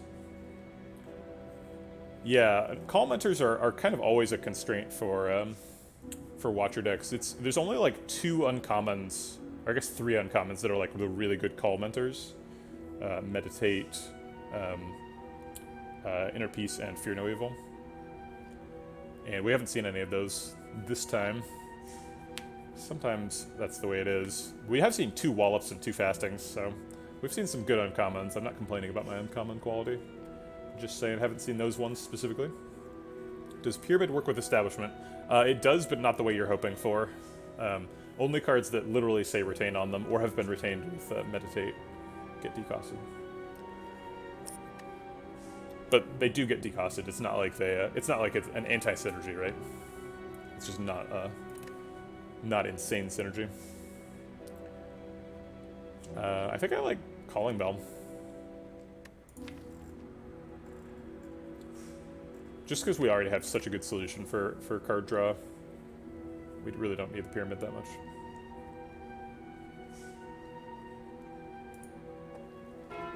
The bell tolls. Pennib Fan Mango. A lot of max HP from that. We got 6 from the Periapt and 14 from the Mango, so 20 max HP. Pennib's really nice with a 2 Wallop deck. 2 Wallops and Sands of Time with Wrath Mode. Lessons Learned, too. Ragnarok. A lot of good stuff to Pennib. Ornamental Fan's going to be pretty tough to pull off, especially with Pocket Watch. But it's possible. We could, like, Wallop, Strike or something. Awakened one. Okay. We're going to have to skip the contents of the chest. We might want to go to a shop. I'm fine leaving it for Act 4 as well, if the best path doesn't involve shop. Probably want to end with one of these 2 lines, get an extra elite. Which means we're probably starting here. Because that's the only elite where we can go through and get 3, so we have to end up here. So it's 4 fights versus 3 fights if we want to go there. Sure, I think we can go there and fight 3 fights. Not a problem. Alright, we don't have much AoE, but we do have a Bowling Bash. Vigilance, Defend, plus blocks for 16. Maybe it's Vigilance to double defend. 16, 21. They're hitting for 25, or 27. We could give it the full beans. Vigilance, double defend, halt. That would block all the way out, but it would suppress our Pocket Watch. Actually, would it block all the way out? 16, 21... No, it wouldn't. 24. Used to halt doing a lot, doesn't do much here. Alright, I think I'll just Vigilance double defend.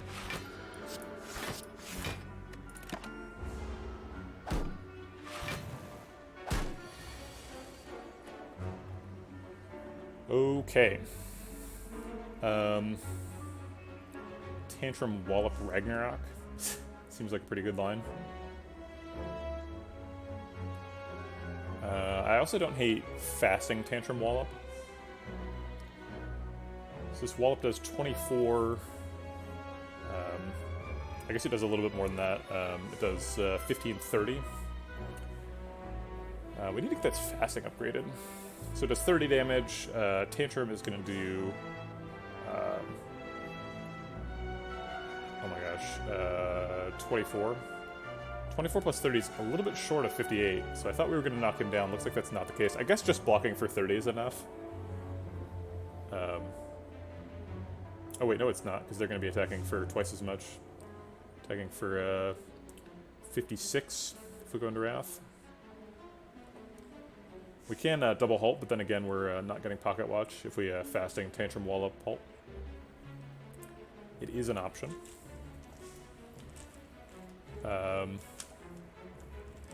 We could fasting Tantrum Ragnarok and just do a bunch of damage.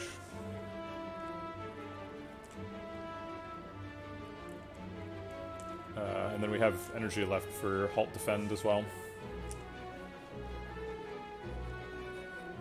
Right? Because Tantrum costs -1, yeah.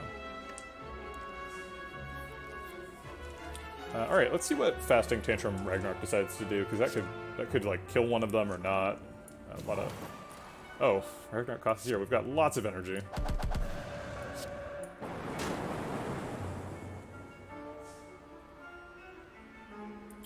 Hey, Chewbacca09. The next thing in the listicle is... and we're talking about the things that Hades does wrong and the things that Hades does right. So the last thing that it does wrong, and just to clarify, I love Hades. Hades is great. I think it's probably roguelike of the year. Maybe even game of the year for me. Probably game of the year, actually. I pretty much only play roguelikes. The last thing that I have listed is kind of a quibble, but it actually comes up a lot. The boon info is not very accessible. So I like constantly have this situation where I'm considering what floor to go to next, and like one of them is offering a boon from Zeus, and one of them is offering a boon from Poseidon. And I will have to like think about my current boons, and think about the boons that they can give, and think about the duo boons that I want, and like the legendary boons that I want. And there's a lot of information there, so I don't have it. It's not easy to like remember, and so I haven't memorized it. And it's not very easy to get to. You have to press like C to pull up the gods, and then you have to click the god you're wondering about, and then you press B, and then you scroll way down because all the duo boons are at the bottom. And then you have to like look through the boons themselves and look for the icon of the god that you currently have. And if you forget the god that you currently have, you have to press escape twice, get all the way out of the menu, press B, open up your boons, look at your own boons. They don't list what god they have. You just have to like figure it out from the colors and like the effects. And then you like go back into the UI thing, and like it will highlight the boons that you have that are relevant.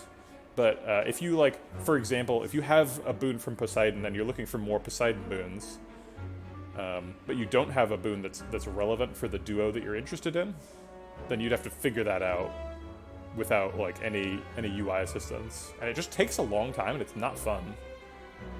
So I don't think that's a very good experience. So that's number 3 on the list of things Hades does wrong. It's great. R2 Brew, you will enjoy it immensely if you are anything like me.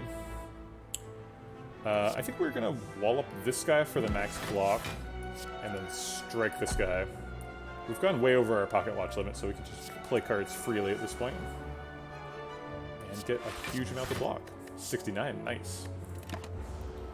One of my favorite block quantities. Alright, we're looking for a Lessons Learned turn here. So we definitely don't want these two. Both are attacking. Lessons Learned is going to do,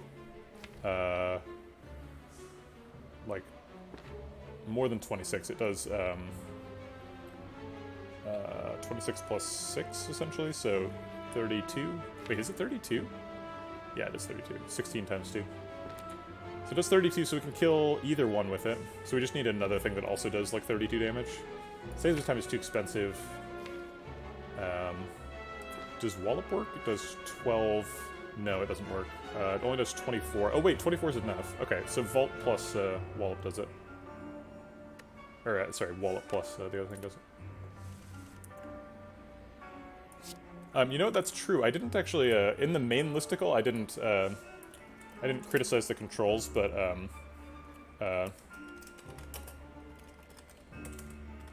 in the bonus criticism that I have at the end, I do have a bit on that. Okay, so we wallop first to kill you, and we lessons learned for learning. All right. Sanctity, Worship, and Rushdown, they're here.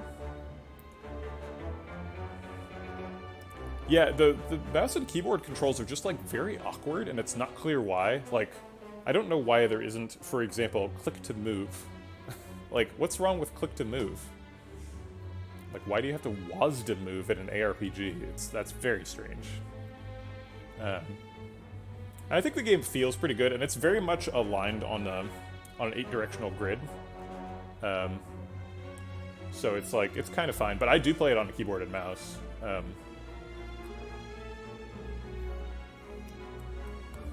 I just like, there's like centuries of tradition at this point that ARPGs play where your click moves you, and I don't see a clear reason why that needed to not be the case here.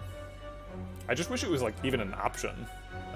But I think that it's sprite-based animation, so they literally just have, whatchamacallit, they only have the slices for him turned in those directions.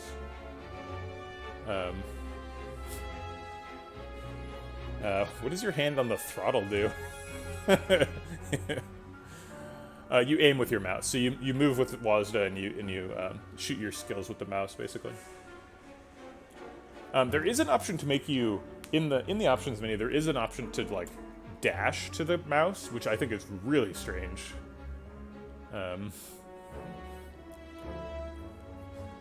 Verpic Worship.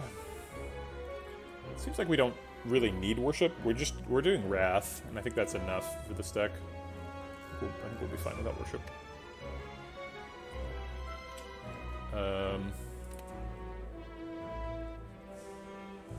Is this good enough for Act 4?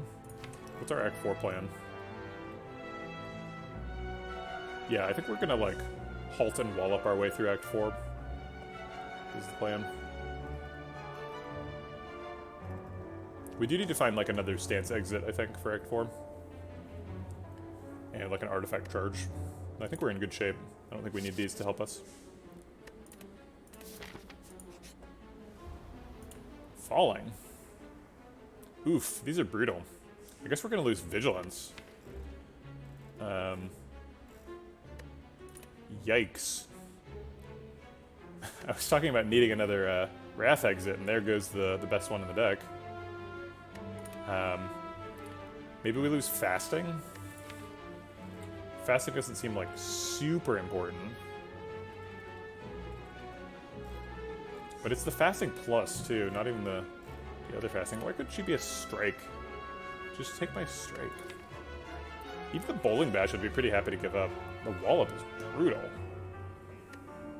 That's like a lot of our block. We do have 2 Wallops.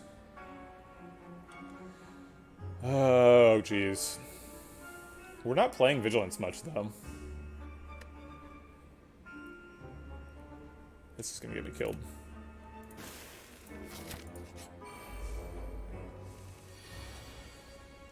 Easy fight to get lessons learned in, hopefully. Ragnarok Protect Vault, Halt is probably the line here. Maybe Ragnarok Lessons Learned, depending on the hits.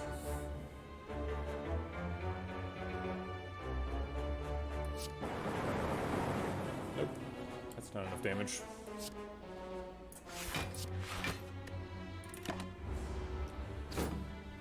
We take 11 on turn 1 from Shapes. We can just Sands of Time the Exploder to death. Just get rid of him. And set up one of these repulsors.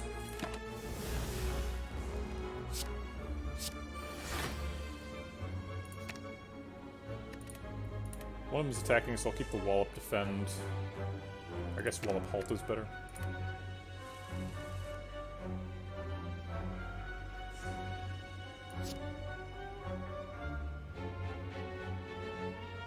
We have lethal, but we don't want lethal. I'll go ahead and Eruption Vault just to make sure we can draw back to lessons learned in time. Only want lessons learned.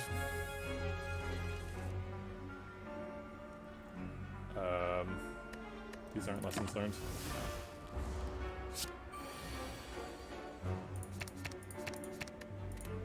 Come on, 11 cards per turn. Give me that lessons learned. Wow, we needed every single card. We drew the max cards for 2 turns to get there.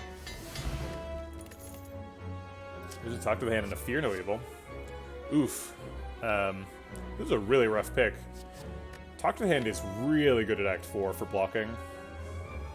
With the, like, Tantrum Ragnarok stuff. But Fear No Evil seems really good, too. Yeah, this was a really tough one, especially having just lost Vigilance. I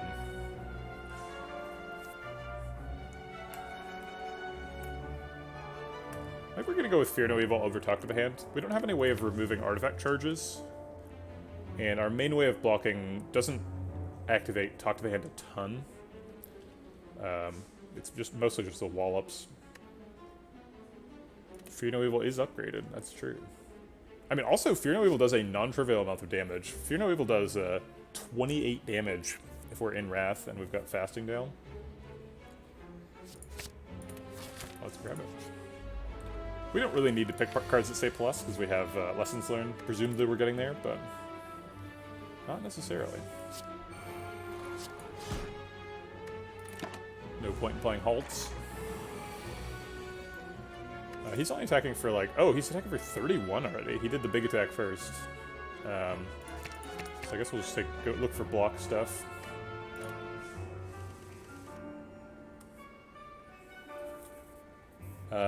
Wallop double defend. 9 plus 12. Not much. Alright. What is the largest deck I've had a winning run on? I don't know. Defend blocking for 3 or versus 3 cards. I think I'll take the 3 health. Or I'll take the 3 damage for cards. He is not attacking this turn, so we just want to do damage. Don't need these. I think I've had like a 40 card deck that won. You cannot find non-shop relics, which you've already seen. No. Once you've seen a relic, that's it. It's gone forever. Fasting Tantrum Wallop is pretty good. Or I guess this Wallop rather than that one. Okay.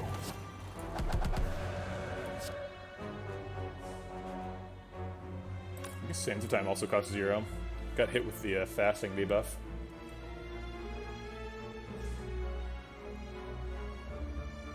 Does the lower cost still work if it's got a temporary decost? I think it costs 3 at the beginning of the turn. We'll have to science that.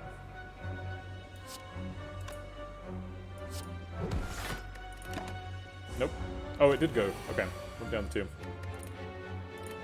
Probably need Fear No Evil. I don't hate Vault this turn either. I guess if I'm vaulting, I don't need Fear No Evil, so I'll just take oh, we can't play Ragnarok with Vault. Alright, let's just keep the Vault.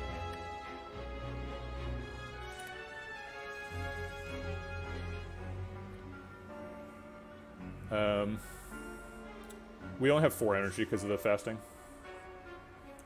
Also, hi Antha. How's it going? Tantrum's doing 27. So we can do Tantrum Eruption Vault.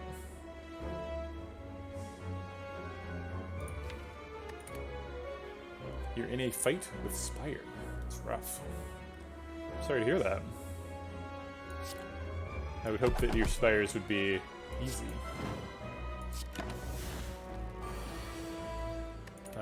He's still hitting, of course. Alright, well we need some block this turn and a stance exit. I'm actually going to throw the defend away too, just to maximize the chance of a stance exit. Alright, we got a Fear No Evil. So we can wall up Fear No Evil for most of the block. In fact, that's going to block all the way out, I believe. So I think we'll throw a Sands of Time in there. Sands of Time, wall up Fear No Evil. Ooh, the wallop's doubled now.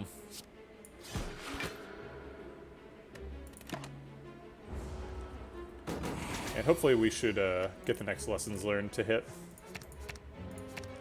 Maybe we get a... is there a Wrath Enter in here? Yeah, Eruption Ragnarok's probably what we're looking for. Actually, is that too much damage? It is. But we can, like, Ragnarok and then Eruption.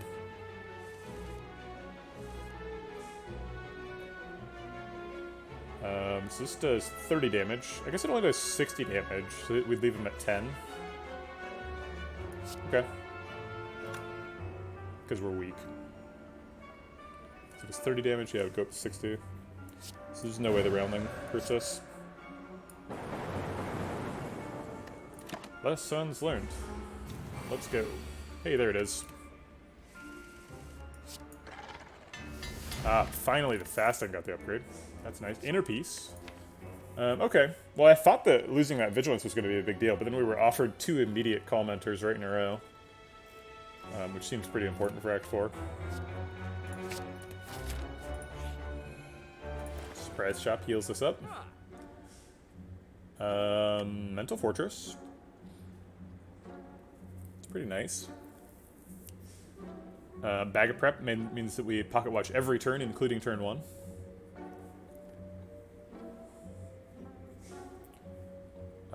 We could card remove. Get rid of that last strike. Maybe we get rid of the last defend to try and target the upgrades on Inner Peace and Wallop. Only a couple left. Inner Peace, Wallop, and Protect, I think, are the only ones, other than this defend. So there's only 4 left. I think we will get there. You think Vigilance is like Bash? It's pretty important, but there are other cards in the kit that just do it way better. Yeah, that's fair. We lost the Vigilance to the Falling event, though, when there was no other Calm Mentors in the deck, so that was a pretty scary little moment. Marbles is here. Marbles is nice. I'm not sure if Marbles makes the deck do anything the deck doesn't already do. We're not, like, particularly explosive on turn 1, for example. I think I'm just, like, Mental Fortress, Bag of Prep, Dex Pot. Is where my life is.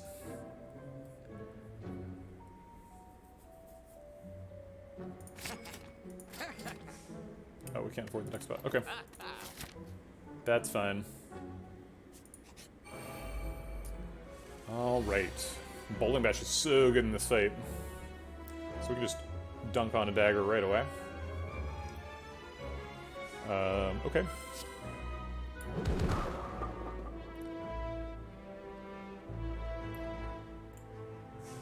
And I think we're playing Foresight. And then trying to proc Pocket Watch, so we're only playing 1 more card. So I guess that's Protect. Not super wild about giving up the Protect on turn 1. I would like to save that if we could. But I don't want to take damage either, so I guess I will. Blocks for 5. Seems worth it.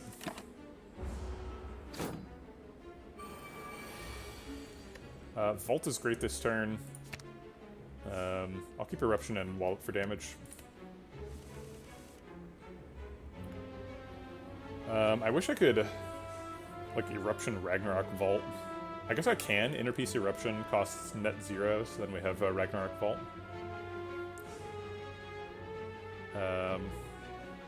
We only draw 5 cards after that. These 5 cards are really good, though. And Ragnarok probably kills a dagger. It does 10 damage, so if it hits him twice, he dies. I guess it would have to hit anyone else 3 times. But somebody's going to take Eruption damage, too. Probably this one.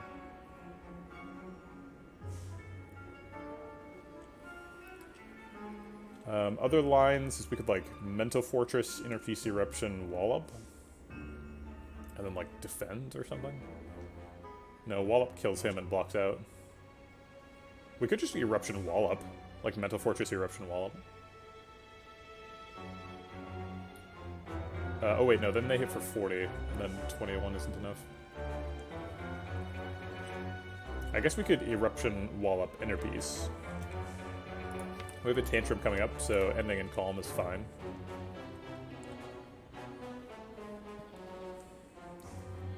We could Mental Fortress Eruption Wallop Inner Peace. I guess Mental Fortress Eruption does block for 4. So it ends up being 4 plus 21, 25. Still like 15.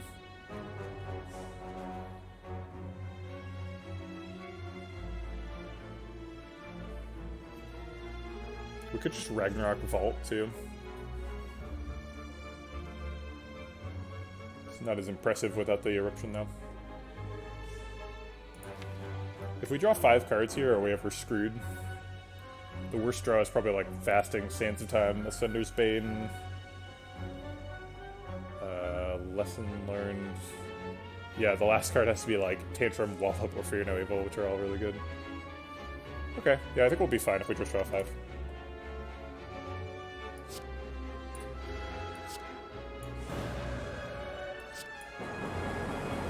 Wow! That's probably the best Ragnarok hits. I think I couldn't have asked for better ones. I guess I can just Wallop now. Kill Blast Dagger. I don't even need to Vault. Yeah, save Vault. Why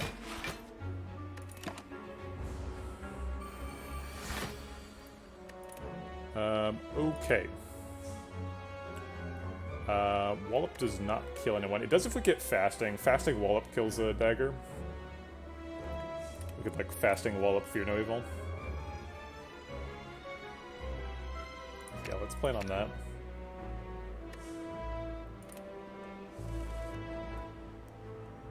So Fasting Wallop does...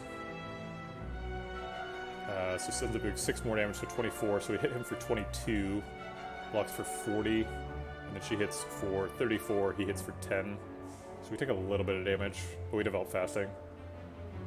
Actually, Fear No Evil kills the other dagger, so we actually do block out. That's crazy. You were intrigued by an earlier question about the largest deck that won. You went back and checked your biggest is 46. It was the first time you did Ascension 20 Watcher, huh? We get a free card, but we probably are not going to use it because Pocket Watch. I mean, I guess we are going to use it because it's Wallop, but we were just going to play Wallop no matter what.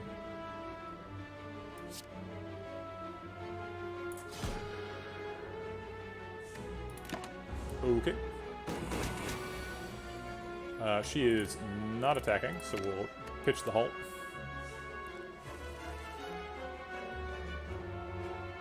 I don't think we can Lesson Learn this turn, so I think we're hoping to Lesson Learned next time we draw it. We'll just do some damage here.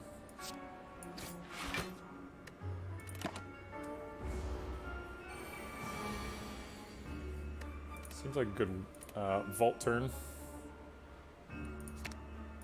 I'll keep a Wallop and a Vault. Actually, I'll keep a Protect too, because then we'll have it in hand when we need it. Oh man, Ragnarok is singing a little siren song for me. He's trying to distract me from what I need to do.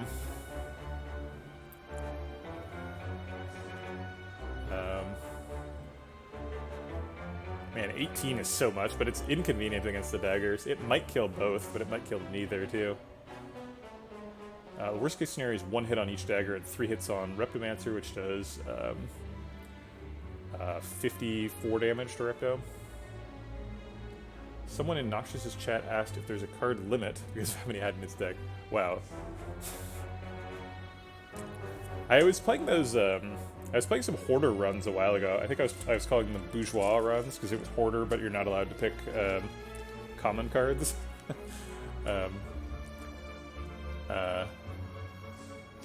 Bourgeoisie. And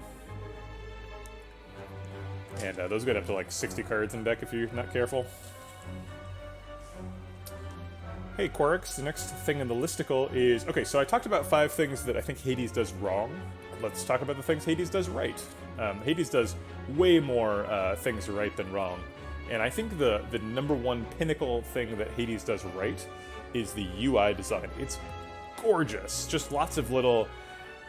when you run up to a boon and you press the button to get the boon, there's like a little gong sound and like a little beam of light shoots down, a little rainbow chromatic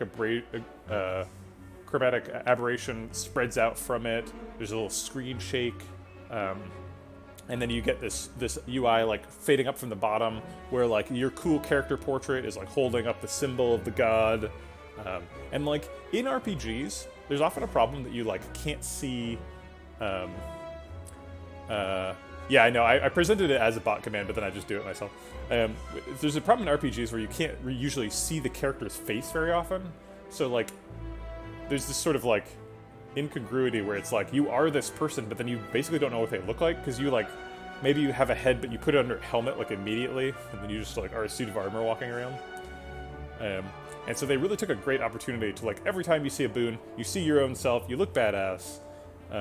There's just like lots of really like bold lighting decisions. A lot of it's like flat shaded, sort of in the style of like a pixel art with a restricted palette, but it's not pixel art. It's rendered out.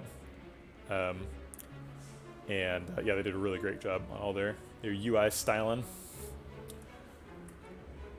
Okay, so I think the play on this turn is probably still Wallop Vault. Just Wallop one of the daggers away and Vault. Draws these and some more. Gives us a Tantrum and an exit.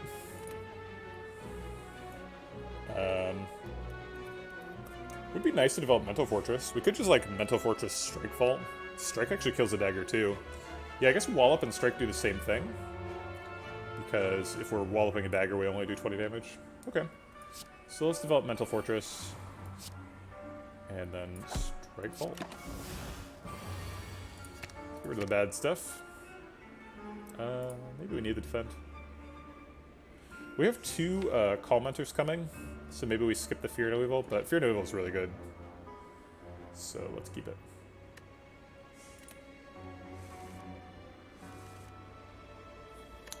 We probably have Lethal if we want it.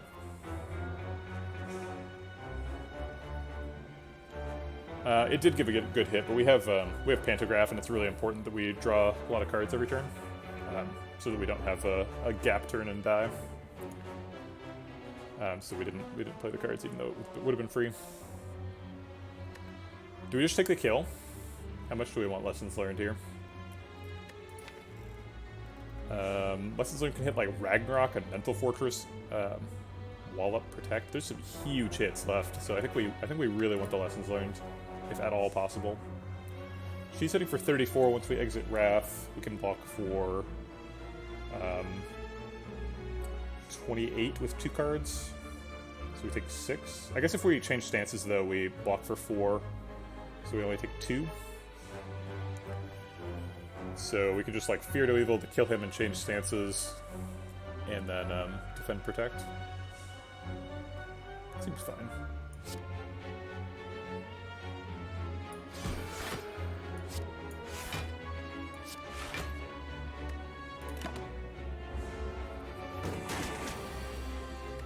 She is attacking again. Halts are good. If we have a Wrath enter and exit, that'd be nice. We have no Wrath enters or exits coming up. So we're gonna have to do it a little bit old school. We need to find a Wallop. So let's keep the halts in case we need to block with them. They only block for 4 though. I guess I'd rather have a guaranteed double Wallop than hold 2 halts. Okay, we did get double Wallop, so we can like empty body double Wallop. Still doesn't quite block out. 14 plus 4 is 18, plus 12 is 30. I guess it does block out. Okay, empty body double Wallop. Ooh, Merle's in the playtest. Excellent. Sort of unfortunate timing, Merle. Like 3 people redeemed it today. So you got pushed back by like probably 3 weeks or 2 weeks. So sorry about that. Is it Merle 61? What does the 61 mean in your name, Merle? You've hung around here a lot, but I don't know. What's your origin story? No strike because we have Pocket Watch. It's a long story.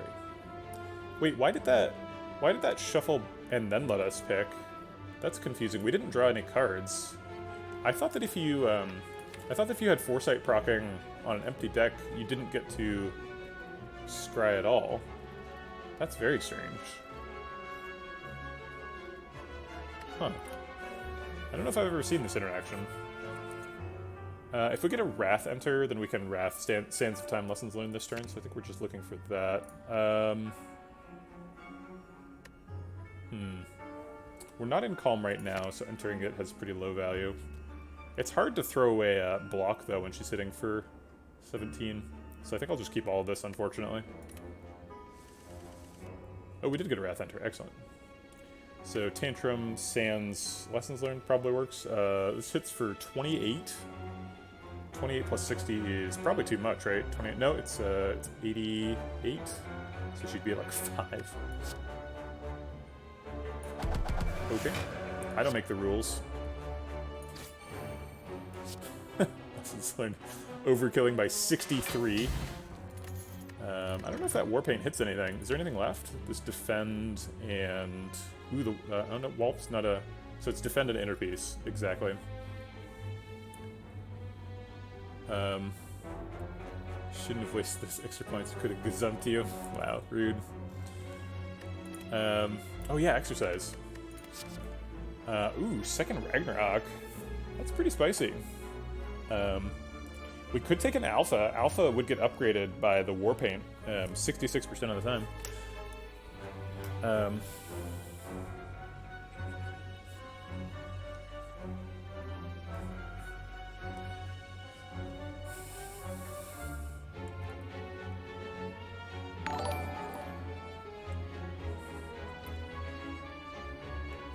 I heard the sound, but I don't see the notifications, so maybe you, like, donated? Sorry, I'll get to you in just a second.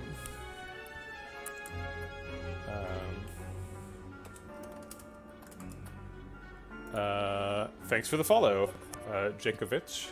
I thought that would have made a chat message, but I guess it didn't. Appreciate it. Welcome to the Vegetable Patch. Jankovic. Jankovic? Man, I have trouble with names. Boy.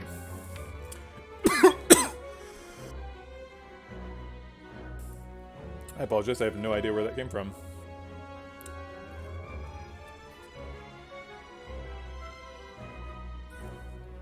I just, like, tried to breathe my own spit for a second. Didn't work. Ooh. I think Carved Reality is probably a no, because we have pocket watch problems. Seems like we have enough damage without Alpha. I'm not sure if Alpha is really a dimension we want to add to the deck.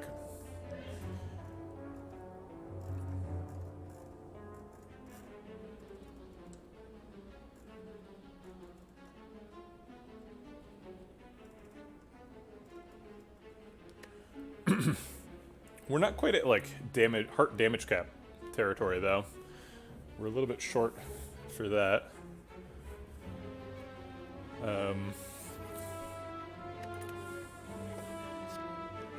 Ragnar helps us get there. We didn't take that Talk to the Hand. If we took the Talk to the Hand, Ragnarok, I think, would be an auto pick. Maybe we just skip here.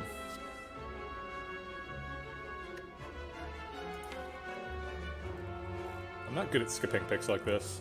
This is a tough one for me.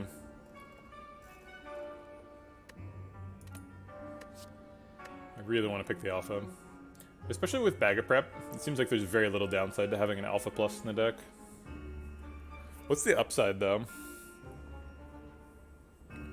Well, like, in fights where we can block out, Alpha just kills everybody, right?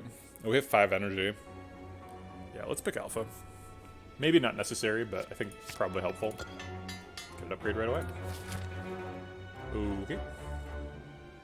Shop with no money or extra fire. Seems like fire is probably the pick.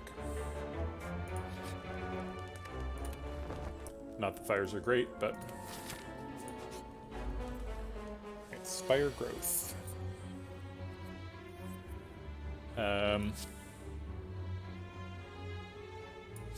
Alpha fasting wallop seems fine. We'll just let Sands of Time decost.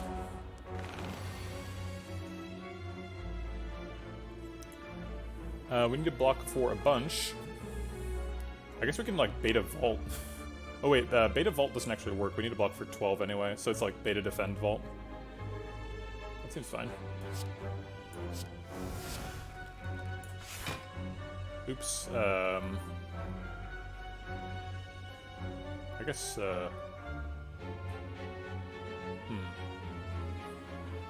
This is not the situation I imagine myself being in. Do we Eruption Halt? It's net negative health. If we just halt, we take 11. I don't know why I didn't have enough energy for Vault.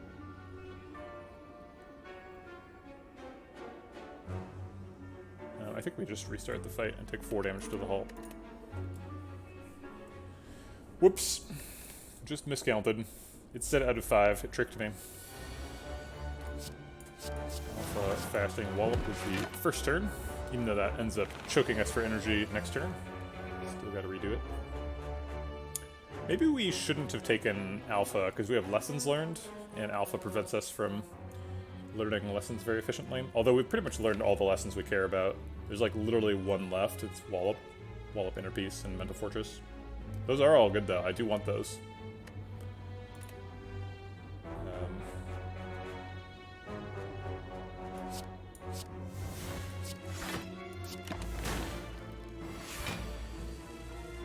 Okay. Now that we're here, I think we're gonna protect Wallop rather than Omega. I guess Protect is not necessary. Wallop blocks out by itself. How do we feel about Tantrum Wallop? So this does 28, and this does 32. He hits for 38. So block for 32 ends up being 50. He hits for 38, so we block perfectly. Yeah, it seems like we should do that then. And we can fit in a strike.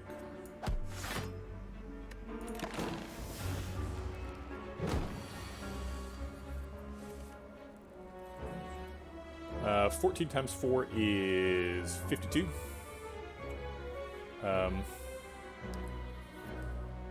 Which is quite a lot. Wallop, Fear No Evil, Empty Body seems fine. I guess we could Mental Fortress Wallop, Fear No Evil, which blocks for an extra 4, but then skips the Empty Body. Wallop's swapping for 26. He's only hitting for 26, so we need to find 12 more block. I guess it will be Wallop, Fear No Evil, Empty Body. Or Wallop, Empty Body, Fear No Evil.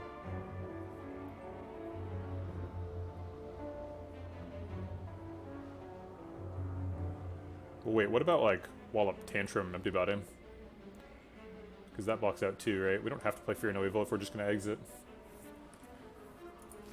Tantrum does 52, Wallop does 26. 26 plus 52 is 78. Which sets him up for Lessons Learned. Or we just kill him now if we want. Tantrum Sands is way enough. We'll Tantrum Wallop Empty Body. I want those upgrades.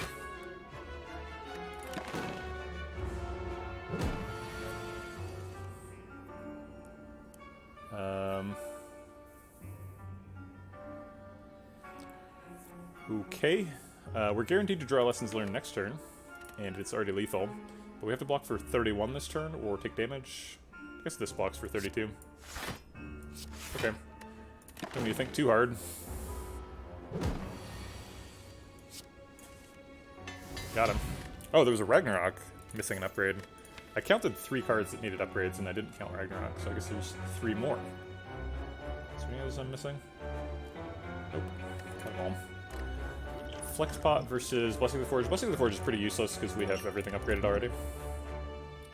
We don't need these, but I will do a lift reward just in case. Or not lift. Exercise. We will use our Gira here at this card reward. Ugh.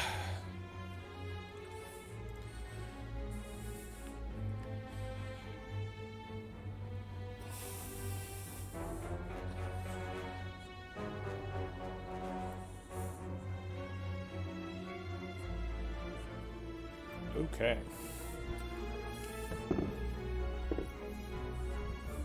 I thought I was getting sore earlier, but I seem to have just worked through it. We have to skip this. Bottled lightning would be nice, I guess. What would we bottle if we were going to bottle? I guess it doesn't matter. Because we're not doing it. Yeah, maybe we would skip this even if we didn't have to. Because Alpha's already bottled, basically. I don't think we want Inner Peace or Halt. Or Empty Body. Yeah, I think we would skip it, even if it wasn't required. Neat. Triple Jawworm is pretty dangerous. That's kind of why we put Alpha in the deck. So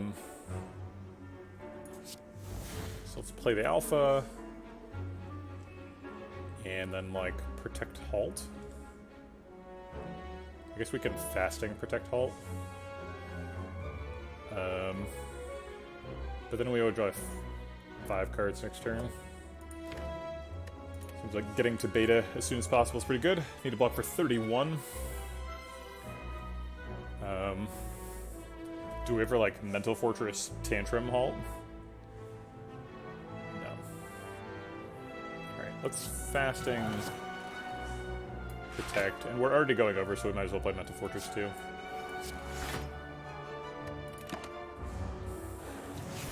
And take 3.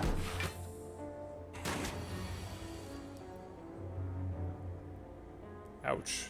Yeah. Drawing only 5 cards here was pretty brutal. Maybe Ragnarok Bowling Bash kills somebody. 60 damage plus 14 times 3. 14 times 3 is 52. So yeah, we can kill somebody with just Bowling Bash. He's at 55 health, so he probably needs both to die. What if we Flex Pot? We have kind of a gigantic amount of damage if we Flex Pot. So if we, like, Flex Pot, Bowling Bash this one to death, then Ragnarok probably kills him quite a bit of the time. So Ragnarok goes up to 15 times 6, and if 3 of them hit him, he dies. In fact, is it guaranteed? No, because he's above 45, so he could get hit 4 times. So unless we get unlucky, we get lethal here.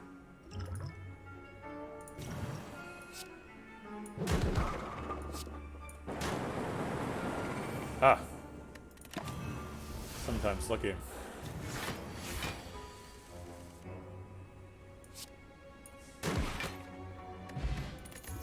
We get the Flex Spot back. Cool.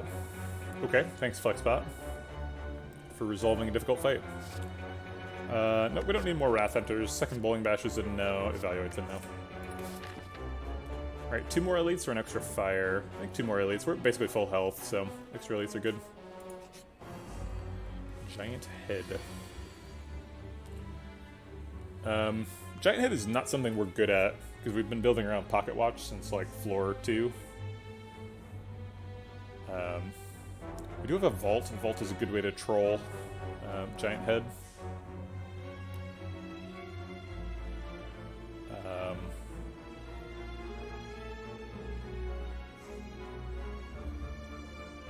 I think we're going to save the Vault, so we'll just, like, Alpha defend Halt. Block for 12 and take 2.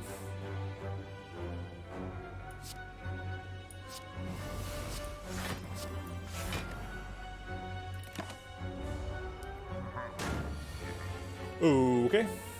We do a pretty tremendous amount of damage when we want to. So, like, Fasting... I wish I could play Fasting Eruption Ragnarok, but it's a little too expensive. I think Fasting and Eruption is happening. And then just, like, Wallop, Fasting Eruption, Wallop. Seems okay.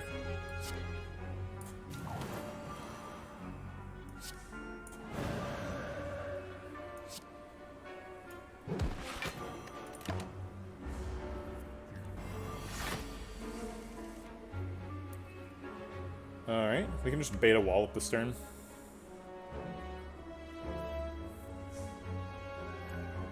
Omega's pretty slow for this fight. I don't know if we really want to be relying on Omega to kill him. We don't survive that hard.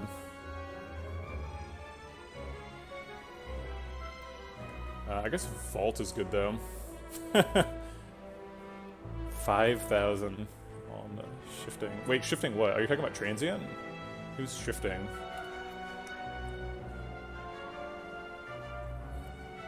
We can't defend first. We only have 4 energy. If we're gonna beta wallop, we can't play anything else. There's no halt in hand, for example.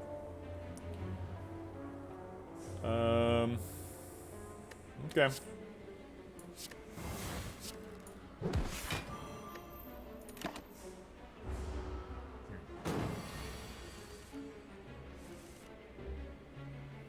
Oh boy. No vault available this turn. Just kind of counting on vault to help me out. We're like barely not dying. Seems to be the plan here. Yikes.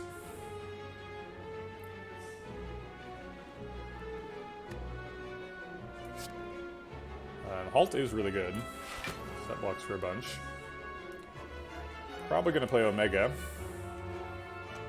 5 catalysts. That's fun.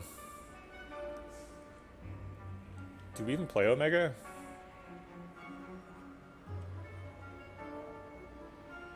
We could play like Protect, Eruption Tantrum.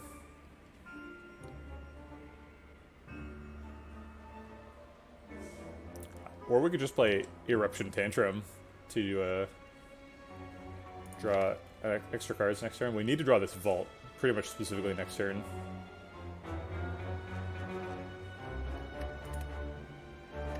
We're just getting cratered in this fight. We need to draw like Vault next turn, and then the turn after that we need to use Flex Spot and get Ragnarok with a huge amount of slow procs.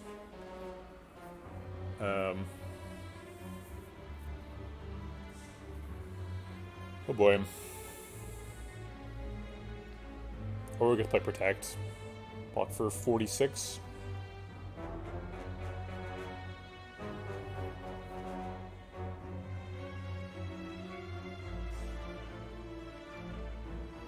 I think the max damage is Omega Tantrum. Omega's gonna do like maybe 150 damage. It's quite a bit. Alright. Oh, thank God it hit Protect. Do we play it? Cost me 3 card draws. I think we still play it. We should have played it before the Tantrum.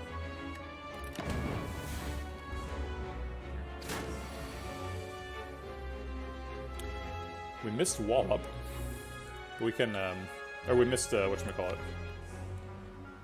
Vault and Tantrum. But we can change out of our stance finally and Wallop, so we should be okay. So it's like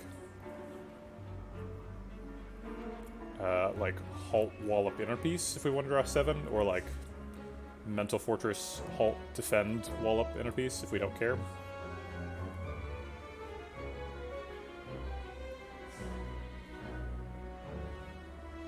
I guess it would be Mental Fortress, Halt, Wallop, Inner Peace.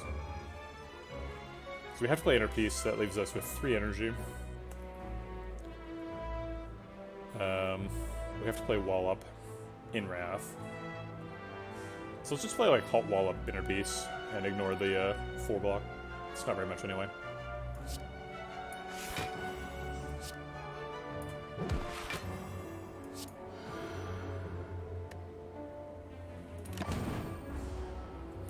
Okay, gonna need that Vault. Alright, we got the Vault.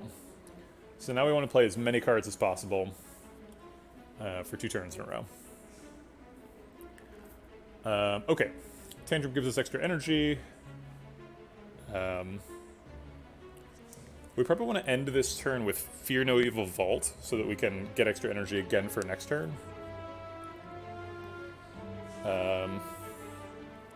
So like Tantrum and Sands of Time are happening. Vault and Fear No Evil are happening. So this is 3 energy at the end of the turn, that's Tantrum. So that only leaves us with Sands of Time. So it pretty much has to be Tantrum, Sands of Time, Fear No Evil, Vault, if we want to do it that way. We do also have Flex Pot. Oh wait, no, we get extra energy from Tantrum, sorry. So we kind of want to play Flex Pot, Ragnarok, and Tantrum this turn to get a bunch of procs from. Wallop because stance change? What? Okay, so Tantrum puts us up to 5 energy. Sands of Time, Ragnarok Vault is 5 energy. Or I guess Ragnarok Sands of Time Vault, because Sands of Time probably does more damage. No, actually, it does not do more damage. Ragnarok does way more damage, so Tantrum, Sands of Time, Ragnarok Vault.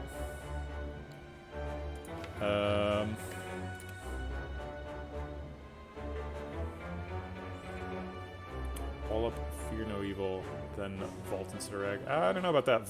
Wallop, Fear No... I'm presuming we're using Flexbot this turn. I kind of want to get 10 procs from my Flexbot. I think we probably get lethal here. Maybe we don't want lethal.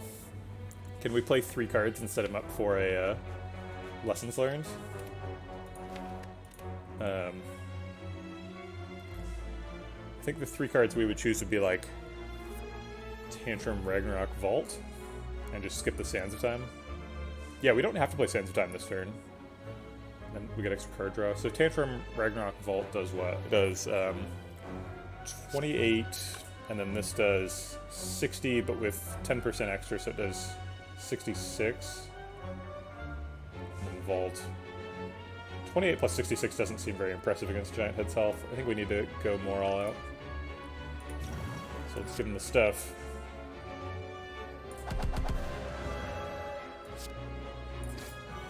Yeah, we found it. Okay. Teardrop Locket.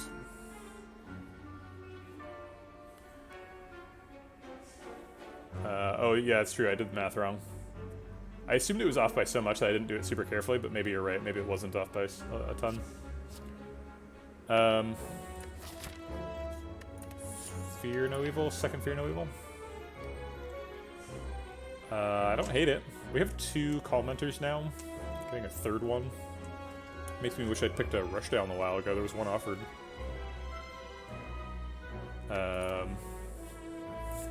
Let's do the exercise reward.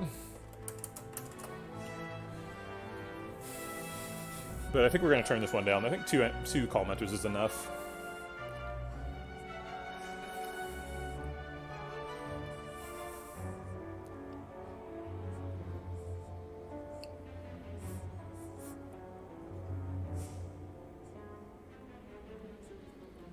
Okay.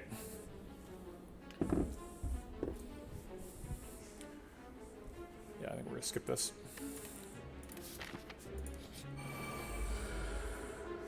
Alright. Alpha makes it very difficult to get a whatchamacallit, lesson learned in this fight, because it pretty much just kills them all as soon as we do it. So I think we're going to skip Alpha this time and probably do like Fasting Strike Vault. Just draw some more cards.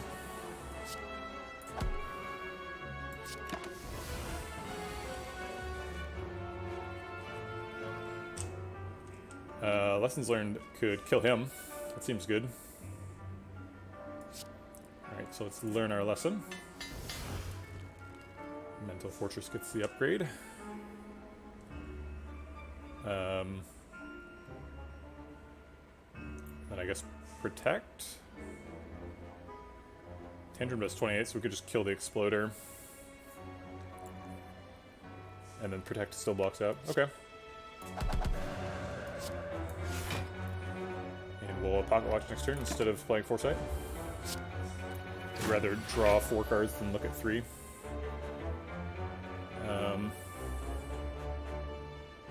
He hits for 7.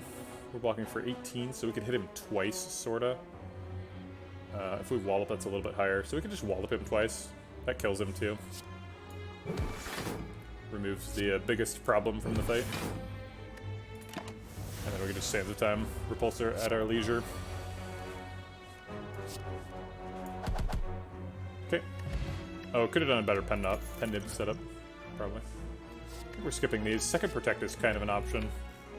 Seems like the 1 Protect is doing enough, though. I don't really want 2 in hand. Okay, Nemesis. This is a fight where Alpha's pretty good. Might be trying to learn a lesson here, though. And Alpha makes that a little bit difficult.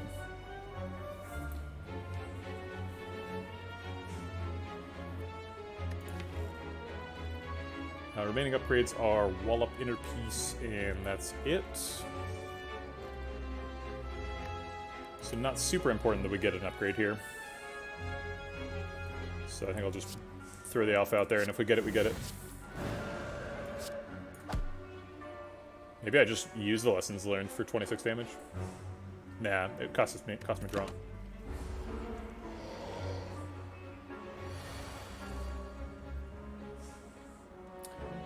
Okay, Fear No Evil and Empty Body exit. We haven't played Mental Fortress, so it doesn't block. Empty Body does, but just because it blocks on the card. So we could, like, Fasting, Halt, Empty Body to block. It's the 45 damage attack, except he's strong, so it's 46. Fasting Halt plus blocks for, let's see, 8 plus 18, which is, what, 26? So 26 plus 14. 26 plus 14 is 40, so we take 6 damage.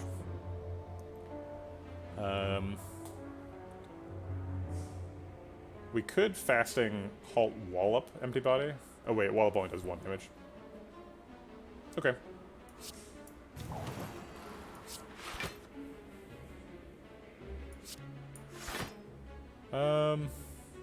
Protect is here too. If we Protect, we can also play Foresight. We're already blocked out next turn with Captain's Wheel, and he can't 45 damage attack again, so I think I would like to develop Foresight.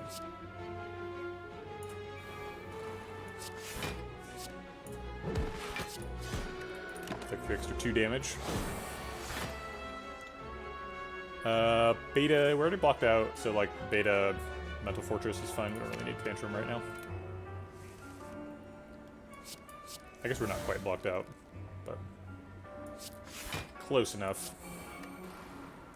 I will skip Bowling Bash for the Pocket Proc. He is not attacking, so Omega is great. Drawing Sands of Time also good. Don't really need Vault this turn. Omega. And I guess I'll take the 2 damage while we're here. Oops, just wasted a pet net.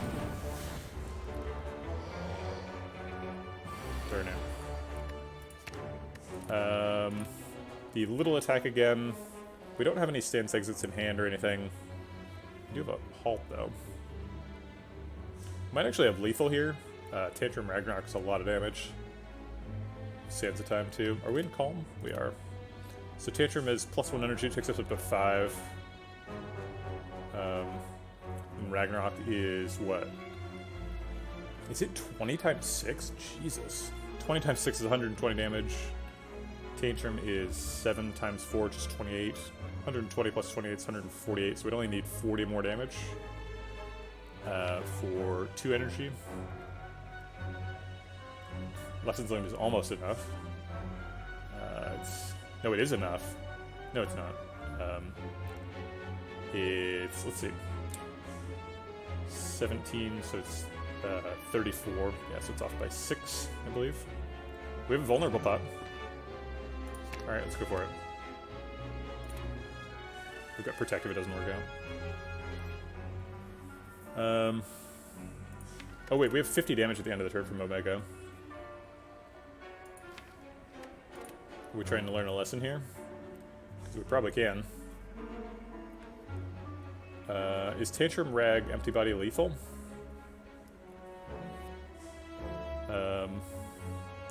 28 plus 120 is 148. Leaves him at 40, so that is lethal. So we could Ragnarok first. Do 60 plus 28 is 88. Leaves him at 80, so 30 after Omega. And then Empty Body defend blocks out. We also want to play more than 3 cards because we're hoping to not draw Lesson Learned next turn.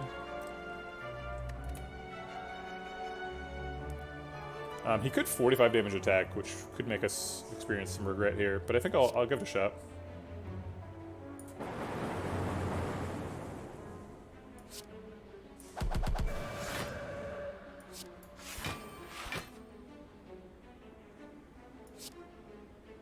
And we want to play an extra card to prevent the extra card draw.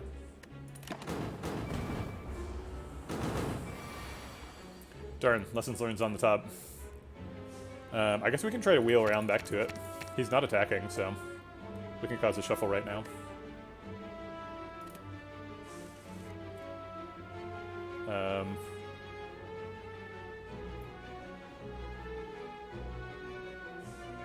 We get lethal next turn no matter what. Because Omega gets it. So I'll block the burn damage and draw as many cards as I can.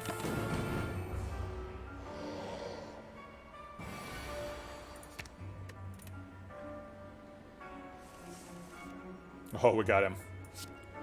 We need to do a little bit of damage before we do the lessons learned, so 14 plus 17 is 31. That's plenty. Got him. Wallop upgrade. There's a talk to the hand too. I think I'll take a talk to the hand. I skipped one earlier, but I skipped it not because I didn't want it. I skipped it because there was a Fear No Evil there, and it was our only access to Call Mentor at the time. But Tantrum Ragnarok says, pick the talk. Bottle Flame, we can just bottle the talk to the hand immediately. And get a turn 1 talk to the hand guaranteed against the heart. Which is great. Okay. I don't hate bottling a Tantrum either, but I'd rather have talk to the hand against the heart. Essence of Steel is kind of low impact for the end game, but maybe better than Liquid Bronze against the Act 3 bosses. Okay. Should probably have drank a potion in that fight, because we have Toy Ornithopter and some health missing. Not much potions. Alright, let's play Fasting, Mental Fortress, Talk to Hand. That's 3 cards. Ragnarok does a bunch of damage. 60 damage. Alpha would be nice too. Nah, I think we'll just leave it like that. Draw some extra cards.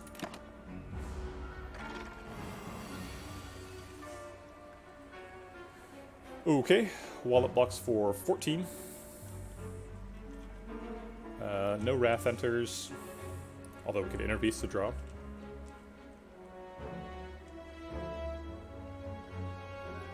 Uh, 14 plus 6. Oh, that's weird. I don't know if I've ever seen a card with a green number and a red number. Because of the rounding, one of those rounded up and one rounded down. Or I guess 4 is just larger in relation to Halt's basic block, because 4 is my dex. So one of them is above the basic and one of them is below. That's cute.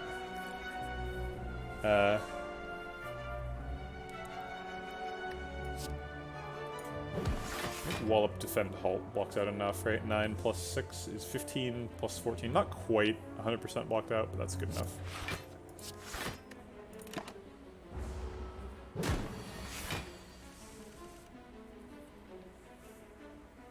Okay.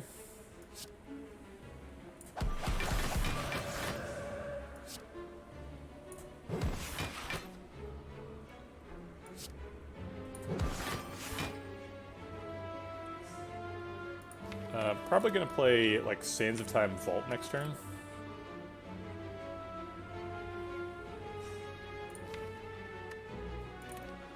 I'll just take the extra card draw instead of playing Foresight or Eruption.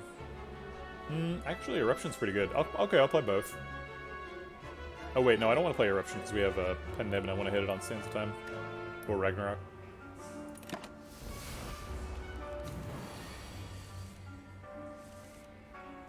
No Ragnarok, so Sands of Time is the best option. Also no Lessons Learned, so we want to set up for that if we can. This says 40, but then we couldn't vault. I guess theoretically I could, like, Inner Peace Empty Body. Oh wait, that's only 2 energy. Yeah, this is not the extra energy one. I guess I could Inner Peace Tantrum Vault. But then it doesn't do 40 damage anymore. Okay, let's just vault.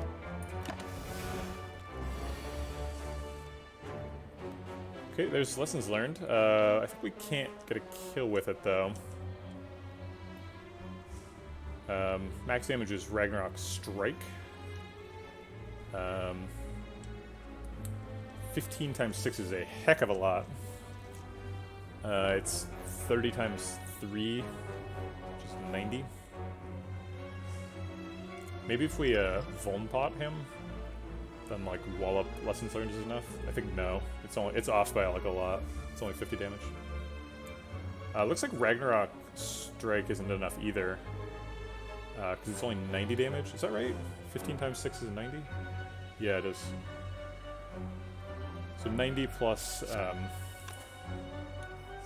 it ends up being 109. So Vuln Pot kills him. We are blocking for 6 times 2, which is 12.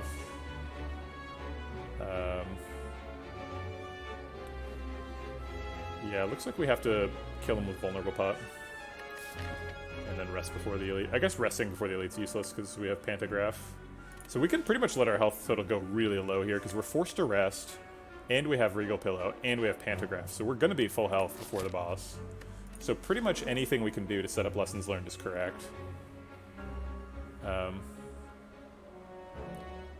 So let's just like Wallop Strike Defend.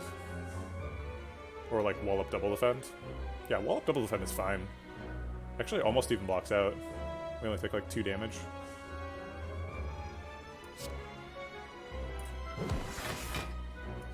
Oh wait, we do block out. Because of Talk to the Hand. Okay, well let's draw back to Lessons Learned then. Might as well save the potion, too.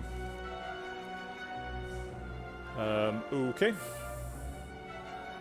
Max damage is Bowling Bash, Wallop Eruption, while still prepping Pocket Watch.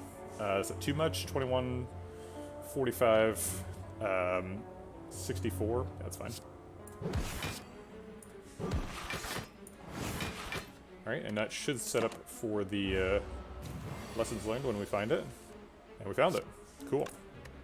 So I think Strike Lessons Learned is enough. It is. Excellent. And we got the Talk to the Hand, too. That's a really good upgrade. Second Protect Plus is being offered. I guess it was only either Talk to the Hand or Inner Beast. It's the only card left in the deck that's not upgraded. Alright, I don't think we want any of these. I think we're doing enough block without Protect Plus. And we're forced to rest, as previously mentioned. And then Pantograph is useless. Okay. Good fight for an alpha. Also a good fight for Lessons Learned. You can Lessons Learned on the cultists. They do not have the minion tag. They're not minions. They do run away once Awakened One is dead though, which is weird. We could like Eruption Wallop Lessons Learned on one of them right now, I think. 9 plus 24 plus 26. 24 plus 26 is 50. So yeah, we could kill either one of them. That would leave us in Wrath. So we'd get hit for 46, which is a hefty sum. We would be blocking for 24 though. And we could like halt, defend. It's a lot of cards to play. A lot of squawks to make. Well, what's the other block plan? Eruption makes Wallop block for twice as much and Halt block for more than twice as much, so we might actually block for more in Wrath mode than out of Wrath mode.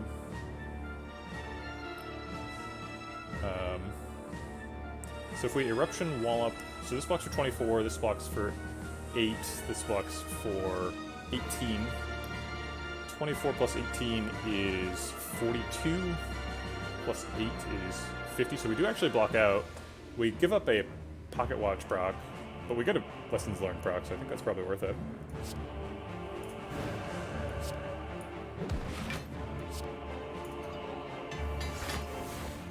Got the inner piece set up.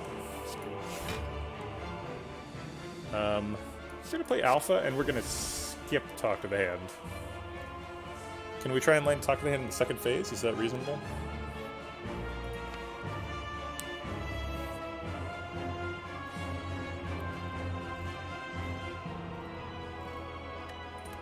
It's reasonable, but I don't know what the point is.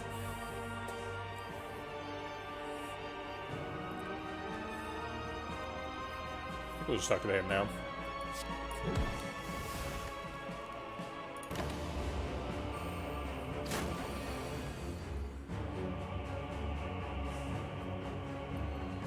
How about Strike Vault? Try to get Foresight in the second phase.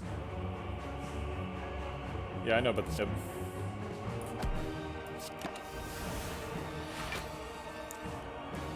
Okay.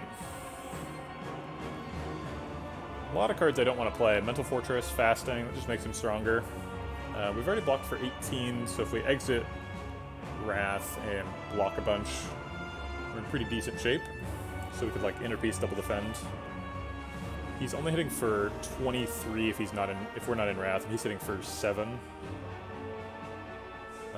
23 plus 7 is 30. We can block for 30. Well, alright then.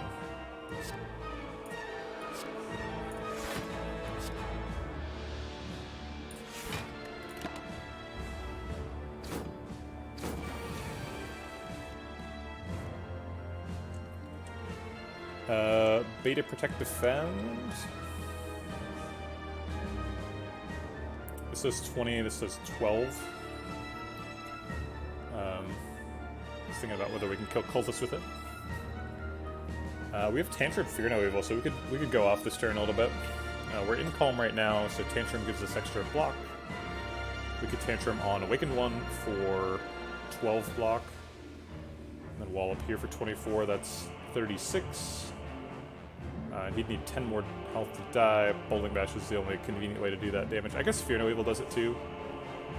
Does waste 20 damage. Tantrum, Wall up, Fear No Evil is 3 attacks for Ornamental Fans, so that procs 2.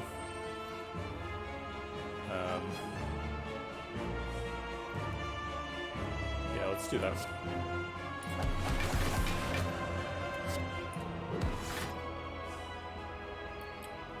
We're already going over Pocket Watch, because we're going to play Beta after that. So do we want to play Bowling Bash on Awakened 1 while we're in Wrath mode? Yes, I think we do.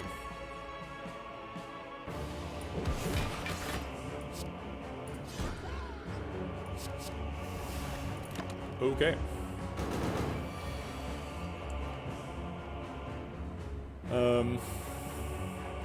Empty Body, Defend Inner Peace, blocks for 18. Take a little bit of damage. We could Fasting, but I'd prefer to wait on that if possible. For the second phase, I always like try to wait for the second phase a little bit too much, I think. It doesn't really matter that much that he gets strength.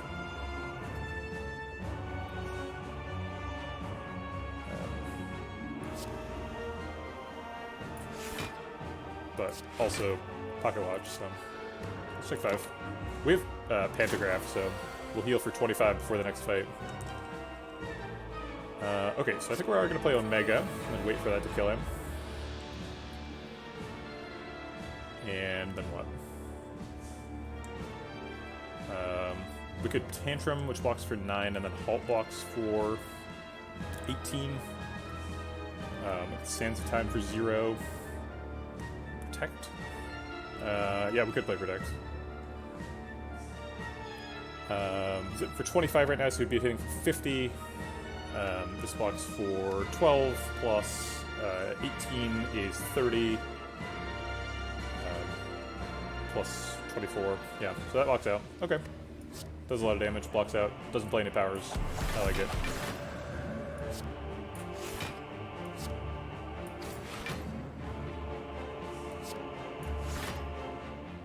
We do go over our limit here, but it's okay. We're killing him soon. Needs to be this turn, I think. 6 times 4 is not quite enough, so maybe we like Inner Peace, Defend, Protect instead. He's looking for 11 times 4, it's 44. Protect, Defend blocks for 26, 24.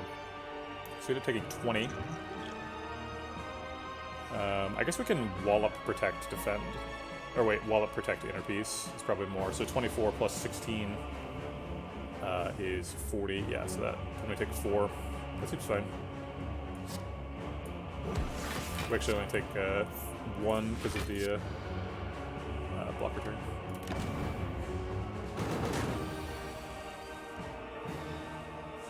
Okay. Wallop basically blocks out here. There, it does block out.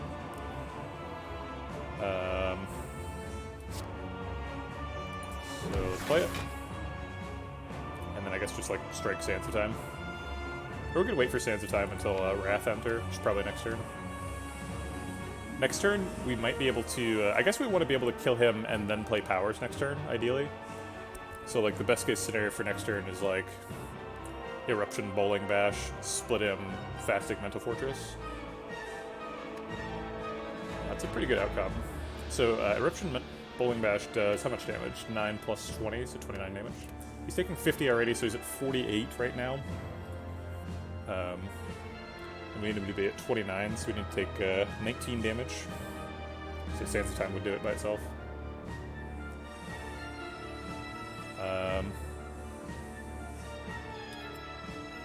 I guess Fear No Evil Strike does it too, and then we can decost Sands of Time one more time. Okay.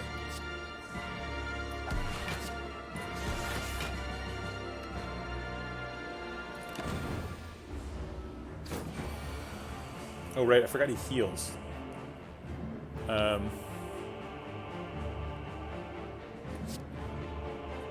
So Eruption, Sands of Time is another way to split him, although I'd prefer not to do that, unless we have to. Looks like we do have to. I guess we can Ragnarok.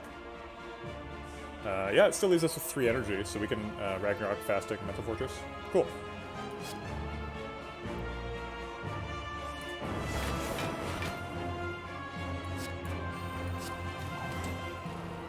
Okay.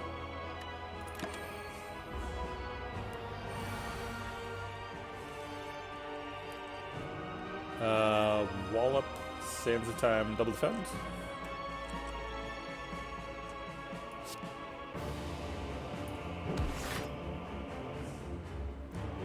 Would be nice to have some more block here. Getting hit for 90 is pretty scary. I guess these block for 24. So we're blocking for like 56. Still get hit for 40 though.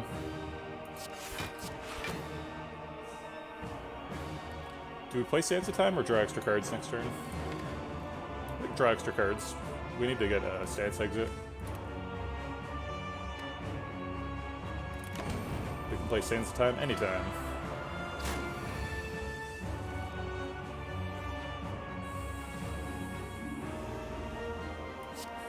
Alright, Wallop and Halt block out.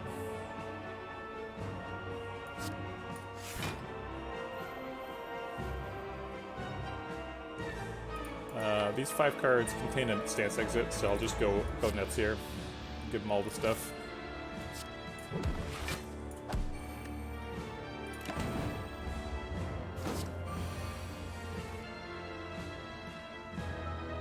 If we can, I'd love to block out here by just protecting, so that we can keep the pen nib up for next fight. He's dead in 2 turns. Oh, he's actually not, because he heals for... Oh no, because he only heals for 15, because the 15 from next turn doesn't count, because he'd be dead before he heals. Doesn't look like we have much of a choice here. We pretty much just have to block, so... Halt, Empty Body, Protect is block, and it's plenty.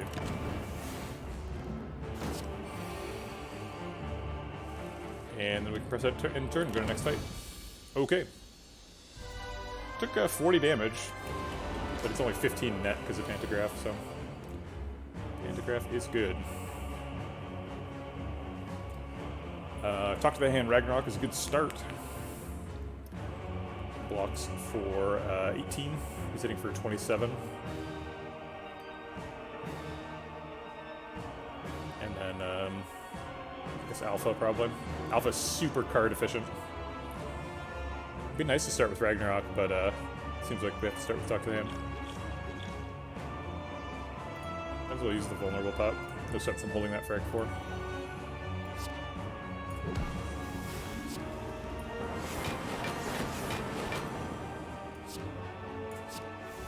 We also have to heal in Act 4 Campfire, so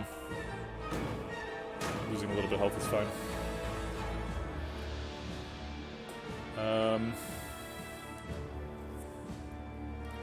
What about, like, Tantrum, Wallop, Vault?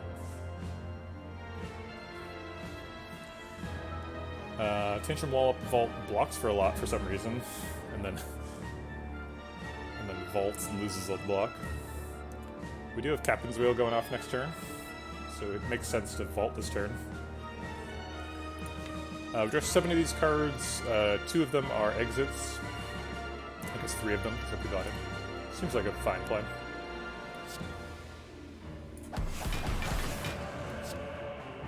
Oh wait, we shouldn't vault. Shoot.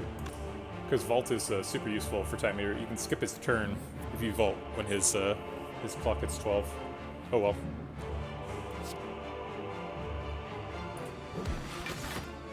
I guess we could just halt here instead of vault. Halt actually blocks out. Okay, yeah, we'll save vault then, since we can.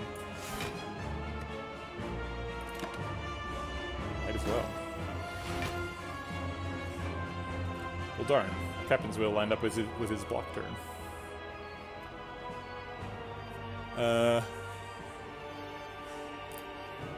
like Mental Fortress, but I don't like going into Wrath. I guess we're guaranteed to draw an exit. Empty Body is an exit. So being in Wrath is good, because we can wall up Empty Body. Beta. Okay. So I guess Mental Fortress, Tantrum, Sands of Time?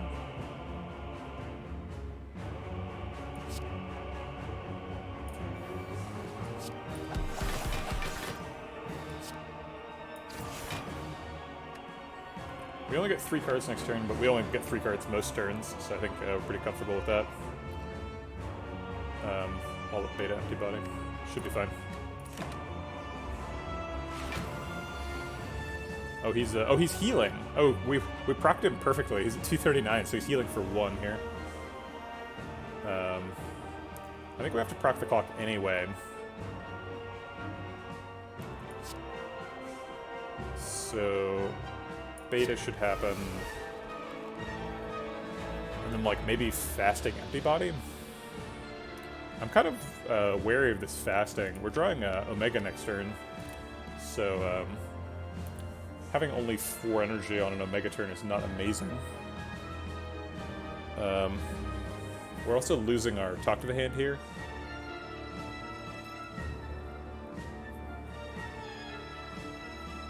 Alright, well, I don't see a better line, so we can do it.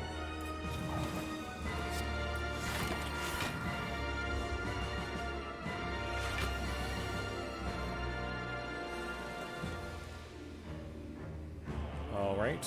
I guess it's just Omega Defend. Getting Omega down is pretty good. Defend is not great here, though. We take, like, 20 damage. Okay. I guess we can fit a slime in with our Pocket Watch, so I will.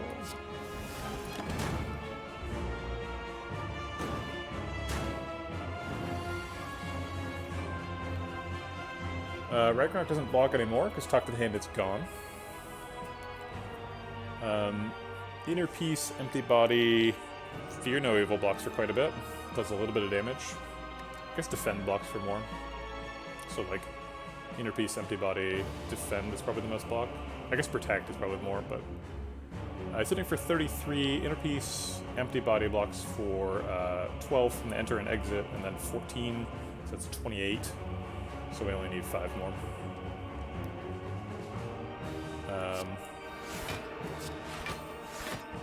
So we can just use the Fear No Evil to get 6.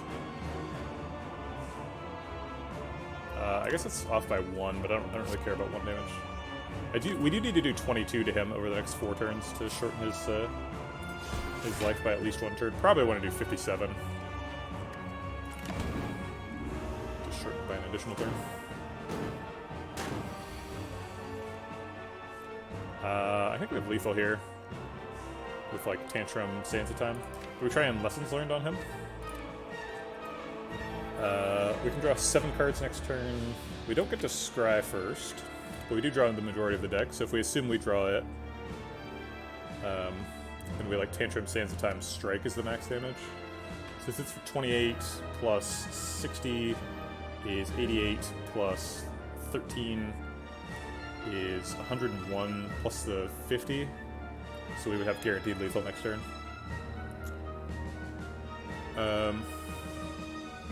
Game sound to voice loudness ratio is a bit off. Interesting. You want the game quieter, I presume? They're both in the pretty comfortable range. Where I was intending them. I'll turn the desktop audio down a bit with that. That's a really subtle change. I'll do a little bit more. Okay. How do people like that? Can people respond if they think that's okay? I know the like. I have listened to the Slay the Spire music for like thousands of hours at this point, so like, it's pretty reasonable to not want that on. I don't want to subject music on people though.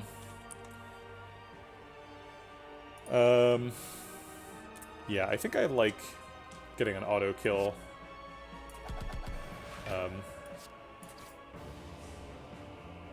next 2 turns. So we don't need to strike, because he's dying in 2 turns right now. So we'll just stop there. And see if we can find a lesson learned. Okay, we got lessons learned. 25, so we're off by 14. This does enough damage to get him there. Alright. Oops, there's nothing else to upgrade. Alright. Unnecessary lesson. The lesson is, there's nothing left in your deck to upgrade, idiot.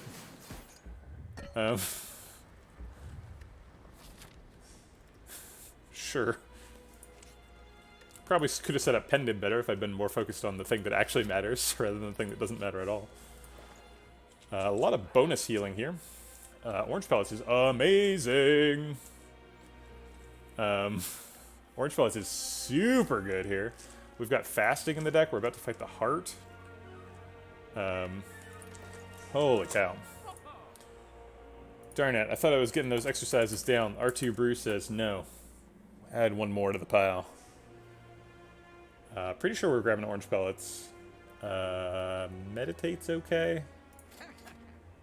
Not even close. Orange Pellets is great. Okay. Spire Elites. They are sneaky. We can't get Talk to the Hand down, so that bottle is not good. Wallop is live. We do not have any exits, so if we enter with Tantrum, we're going to get hit real hard. Yeah, sorry, that's usually I spend a lot of time at that store, but that one was real easy. It's like, do you want Orange Pellets? And I'm like, yes. Click the button harder.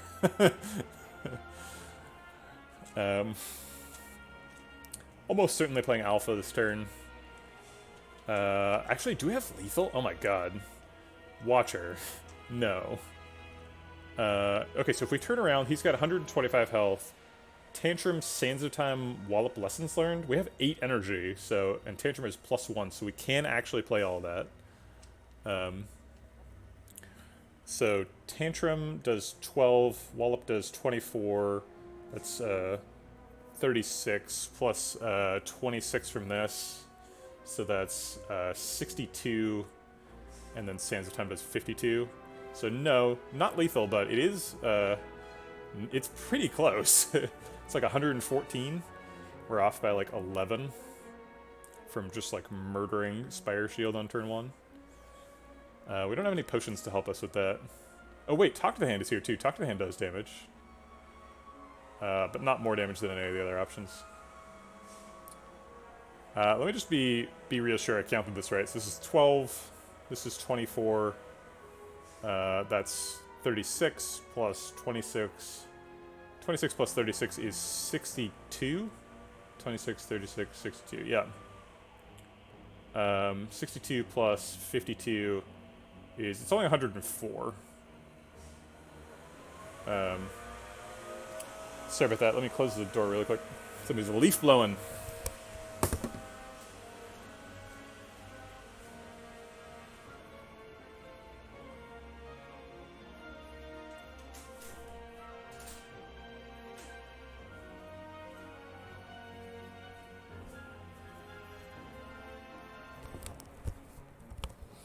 Okay. So probably we're just doing like a more normal thing with like Alpha Wallop Sands of Time. Not really super normal, but we do have 7 energy, so what does normal even mean? We definitely need to proc Pocket Watch this turn, at least if we're not killing Spire Shield straight out. Oh, sorry, I need to, if I'm doing the math for if I could kill him, I need to make sure I can't play Talk to the Hand, because Talk to the Hand, I guess it's not enough, because it's 104 plus 14, so it'd be 118, it's off by 7. Even if I could play it all. There's also no pen nib. Yeah, this is not really a good, like a high quality microphone. This is just like an ambient microphone. A lot of microphones are like very directional. So like if a streamer like moves his head even a little bit, you like can't hear them. But this mic is just like, whatever.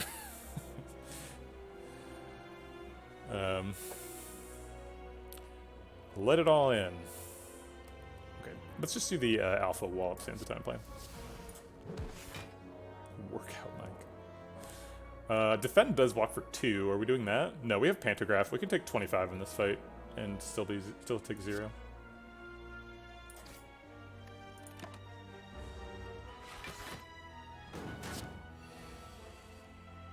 Okay. Yikes. Super scary turn 2.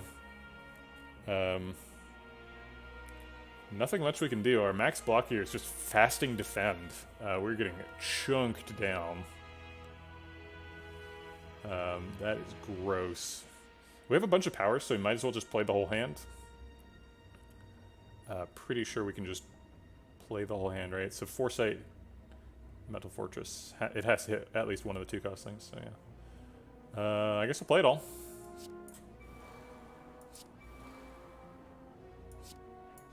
Oops, meant to play the fasting before the defend. Which is 4 block worth of difference. Alright. So it was Alpha Wallop Sands of Time here. Could have theoretically put the Wallop on the Spire Shield. Or the Sands of Time. Alright, Foresight first, and then Mental Fortress, trying to hit the fasting, failing.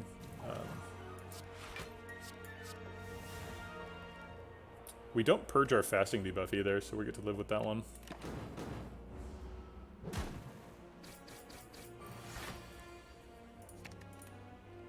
We need to turn around and block for 34, basically. We've already blocked for quite a bit. We are in Calm, so Empty Body is probably good. I think I'll keep this whole thing. Empty Body for block, Strike to turn around, just in case.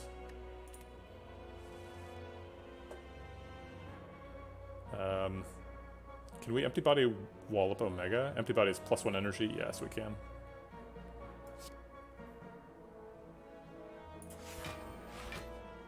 We don't even really need to, just Wallop is more damage than Strike. Alright, we purged the energy down debuff, so we get 5 energy again next turn.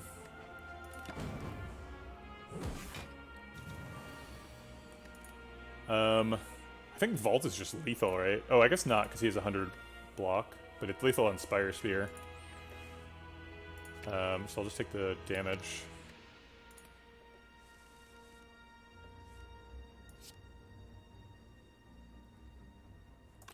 We're just gonna play a bunch of cards.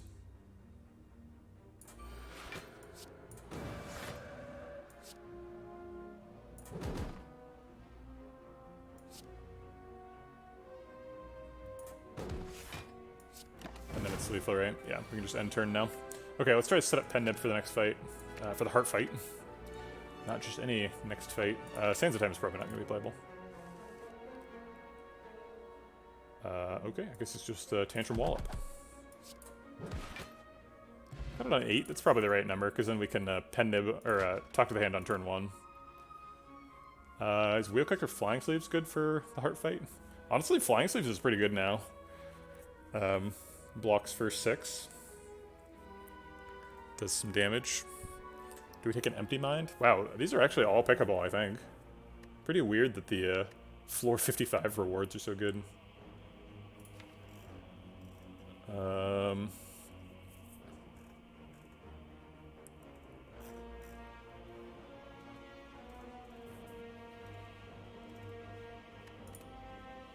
If we take a Flying Sleeves, the whole deck is upgraded, which is important.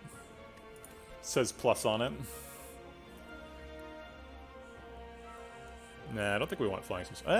It does do... So it does 20 damage with just fasting, and it does 40 damage with Wrath. Let me work out while I think about this. And by workout, I mean lift some little tiny weights.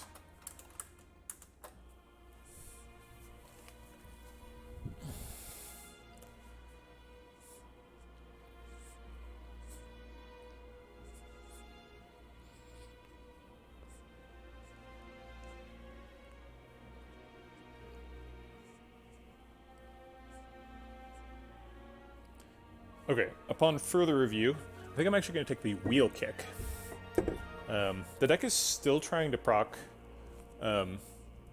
Pocket Watch, and Wheel Kick is a really efficient way to do some damage and like draw us things like Wrath Exits, which can be really important against the Heart, especially since the Heart puts statuses in your deck.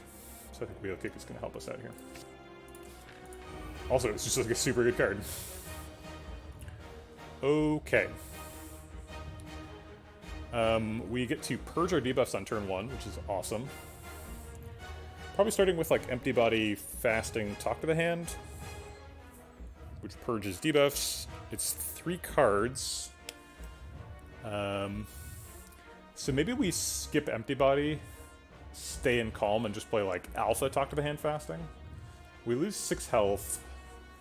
But we stay in Calm and draw 3 extra cards next turn. Puts us to 47.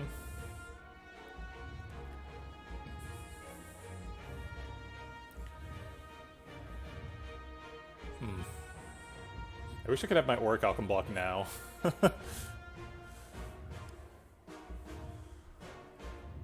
Yeah, I think Alpha's non-optional, and I think proccing Pocket Watch this turn is also non-optional.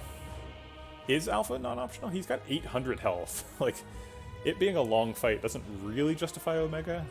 Omega's probably going to do like 200 damage, though, over the course of like 4 turns. So I think it's probably going to be good enough. So yeah, I think we have no choice here. We have to Alpha Fasting Talk to the Hand, take 6. Okay.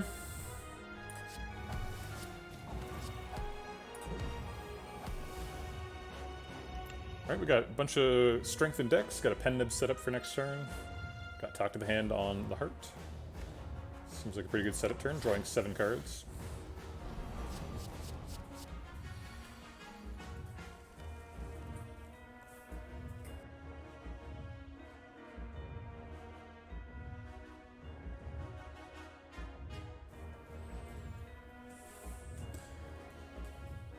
No stance exits. Oh, wait, there is a stance exit. So we can, like, Tantrum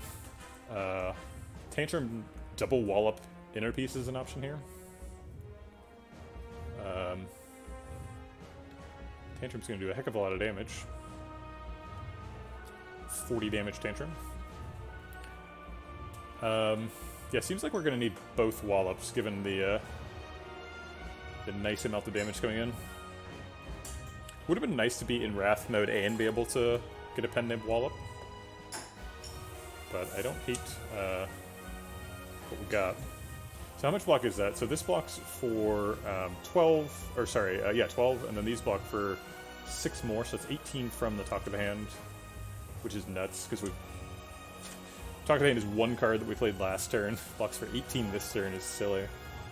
So that blocks for 18, and then these block for 24 apiece. So that's 48 plus 18 is 66. We took some beat damage, so we do net lose health. We also don't proc Pocket Watch this turn, but I think it's okay. Do we actually have enough energy for that? Yeah, we do. Okay.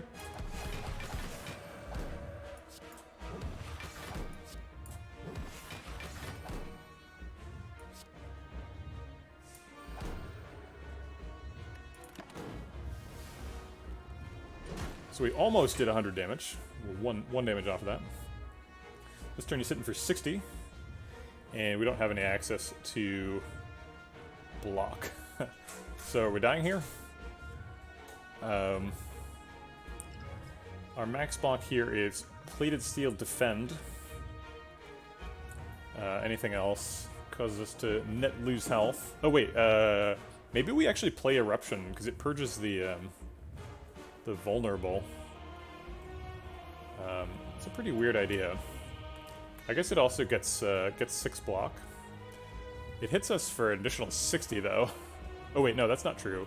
The heart's hitting for 2 times 15 naturally. He's only hitting for...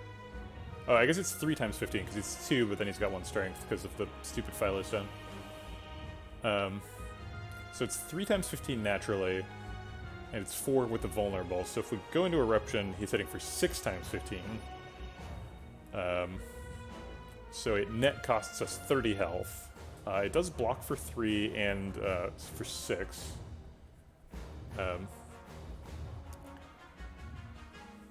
Yes, Captain Grim, I'm aware of how those mechanics work. Thank you. So Mental Fortress blocks for net 4, and Eruption blocks for a bunch of negative numbers. We also can't purge the Frail before we play Defend, so Defend is never going to block for more than it blocks for right now. Okay, so currently we are blocking for sort of 37 plus 18, if we want to go to 1.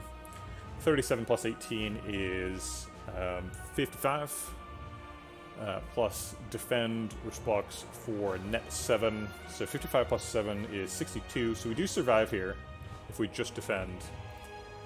But we survive it, I believe, 3. And I think every other plan does not survive. I guess we can play 1 power. We do have, yeah, that's true. We should probably drink that.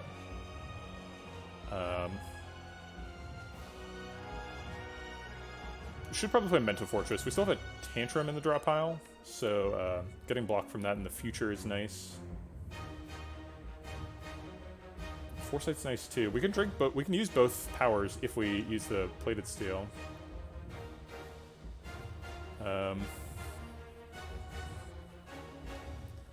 Plated Steel blocks for a net 9 because of the heal with the Ornithopter and the 4 that it blocks for.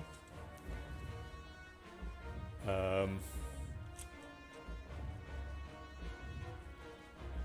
right, let me just work this out. Just one more time. So Mental Fortress Eruption Defend would do what?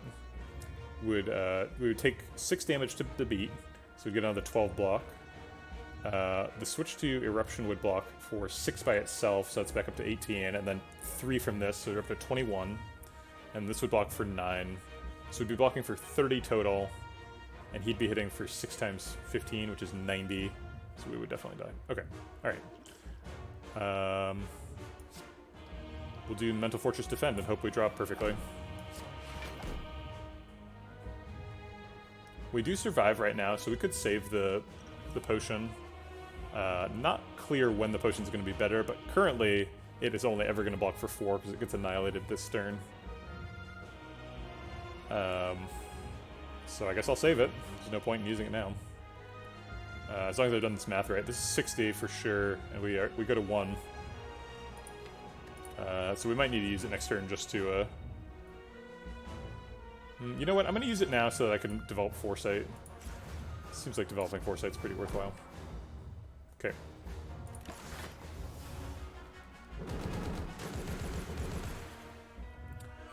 Alright, we are at 8, but he's not attacking this turn, and we do have Vault. I don't think we want Fear No Evil. I think we want, like, a Wrath Enter.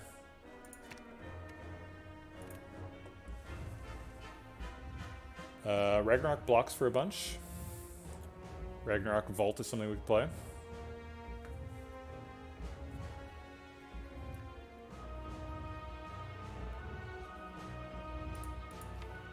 Gives us an extra, like...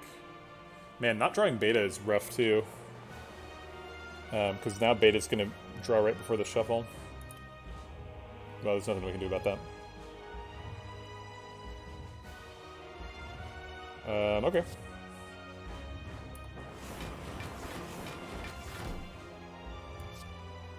Is this the best time to vault? Maybe we don't vault here. I think it is the best time to vault. I think we need a turn where we're doing like tantrum wheel kick stuff.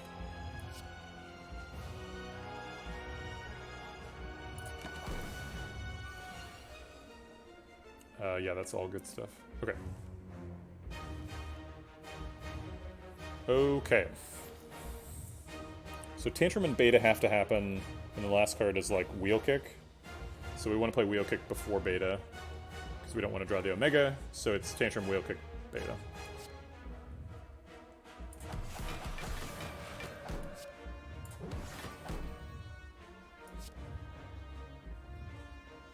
And I guess wallop too.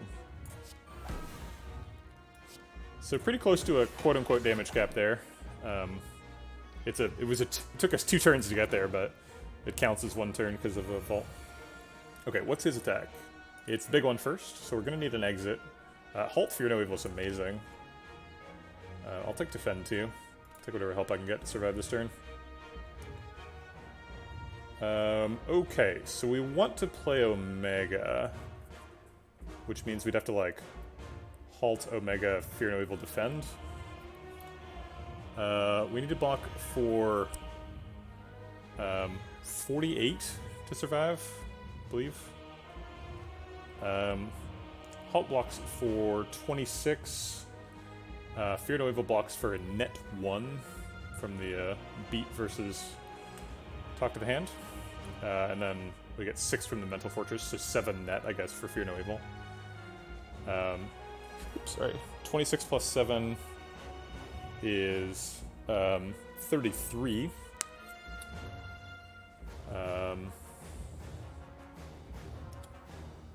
Which is not close to enough. Oh wait, 33 plus 7 if I want to go to 1. Well, wait. Alright, we're playing Halt. Let's just do that. We're playing Fear No Evil. Let's do that. Alright, so 48. I can only take 38 damage before I die. So is Defend Omega good enough, or do I die exactly? I think I die exactly if I play Defend Omega. That's upsetting.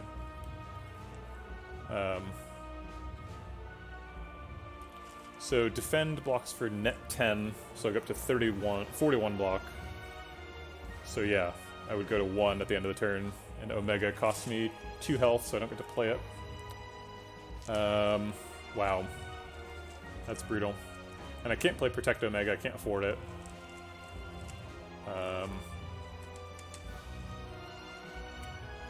Well darn, I guess we're gonna have to do it the old-fashioned way. Also, he's gonna kill us the next multi-deck. I guess we could Protect Defend and only draw 5. Or I guess if we're gonna Protect, we should just Protect, because that alone blocks out. Alright. Let's use that to block out and trust Talk to the Hand to somehow make us survive next turn.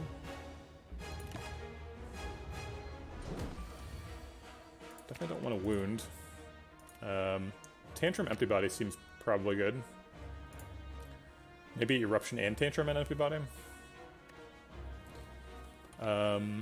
Ooh, we can actually toggle our stances a bunch this turn. So we can like Eruption, Halt, Empty Body, Tantrum, Inner Peace, and like change back and forth.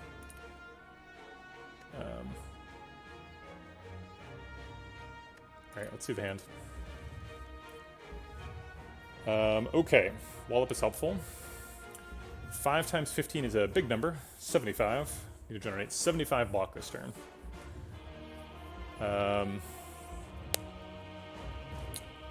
Not 100% sure we can do it.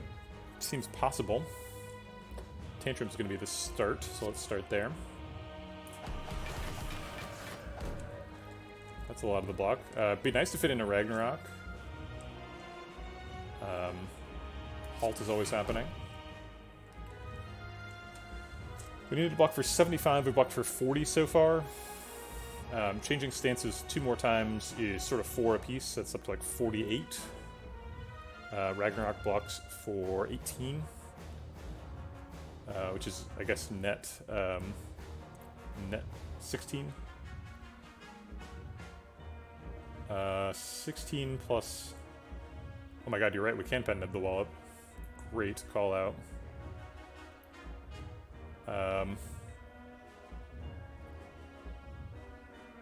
So I guess it's like inner piece eruption wallop. Empty body.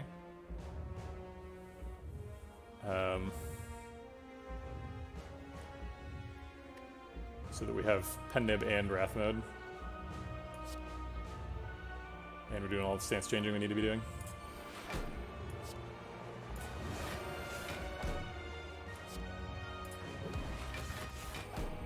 Maybe a little bit overkill here, even.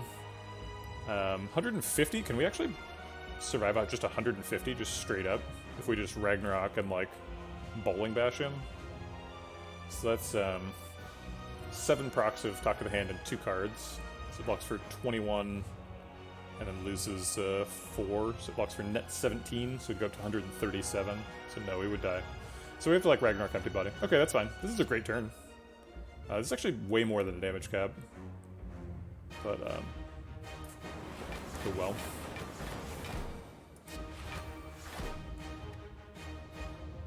Okay.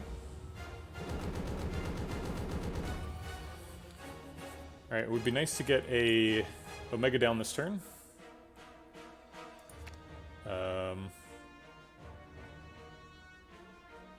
We also want to do as much damage as possible while he's not attacking. So maybe it's like Omega Lessons Learned at Sands of Time. I guess we want to like get back into Tantrum. Or into Wrath. We need to damage cap the next 2 turns basically to win. Okay. That didn't work great. It's probably Strike plus Fear No Evil Omega. If we do that, can we ever win? Yeah, if we do that, we're not close enough to damage capping, so we actually have to Sands of Time this turn. Actually, even then we're not doing enough damage. Wait, no. This is 80 damage. And this is almost 30, so it's slightly less than 100, so yeah, it's not enough. So we're gonna have to survive the next attack, which we can't do. Because, like, we can't Tantrum Wallop, because it's going to hit too much. Maybe if the next attack is a big attack, we can survive it? Oh, we have Foresight, so maybe we scry some of these cards away and find a stance change. I think that's our only shot. Okay. So we have to block the next attack, or the next turn.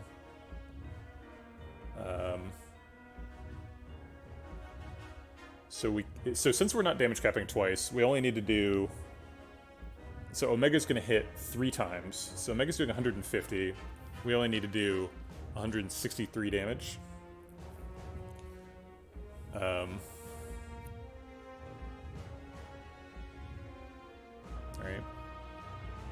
So do we Sands of Time now or later is the question.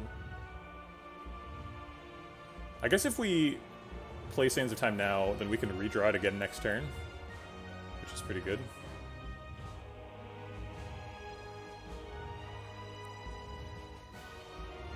So we do 45 damage, develop Omega. So we're doing 95 damage. I think that's what we've got.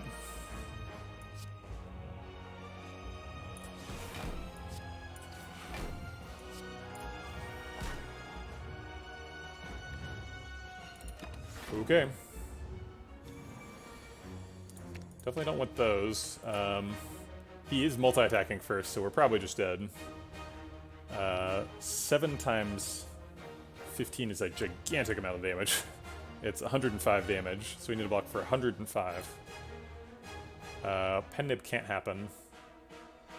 I think Protect is not good enough, so we need a big Wallop somehow. Is there any way we can, like, randomly get into Divinity?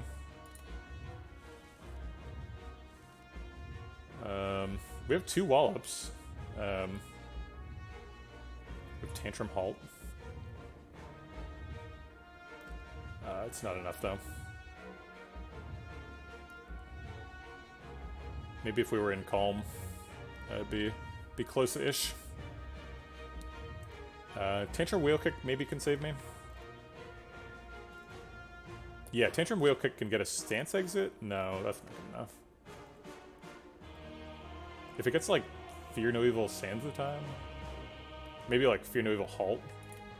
Maybe there's a world where Tantrum Wheel Kick saves me.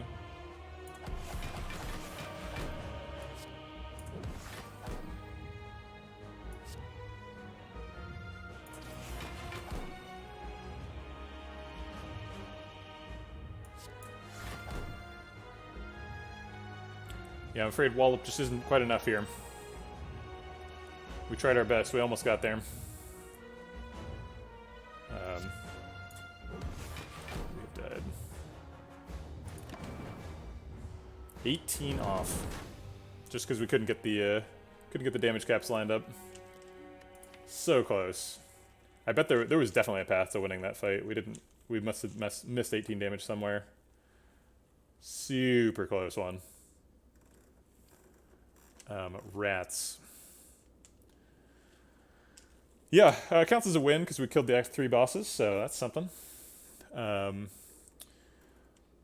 see, what did we do this run? We got a lessons learned early on, upgraded a bunch of stuff. Sands of Time was an early pick. The game really wanted us to win. Started out with a Philosopher's Stone swap, which did end up killing us against the heart, fair enough. And then a Pocket Watch and a Pantograph. So we had a ton of healing. We did lose quite a bit of health to the Spire elites. If we'd been able to do that fight a little bit better,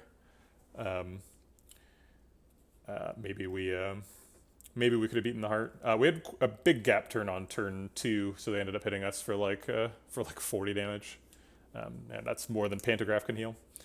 Pretty neat that the fasting orange pellets came online super late. We got the orange pellets in the Act 4 shop. Ended up adding an alpha to the deck after like pretty late in Act 3. It was a bit of a tack on. The deck was mostly just like Wallop Halt was the plan, so we were like Tantrum Wallop Halt. Fasting was nice for powering up the tantrums, and the Ragnarok. Talk to the Hand was kind of a late addition. We were offered a second Talk to the Hand, but that was way back before we had the first Ragnarok, so it didn't seem appropriate at the time, and it was up against something really good. I don't remember what though.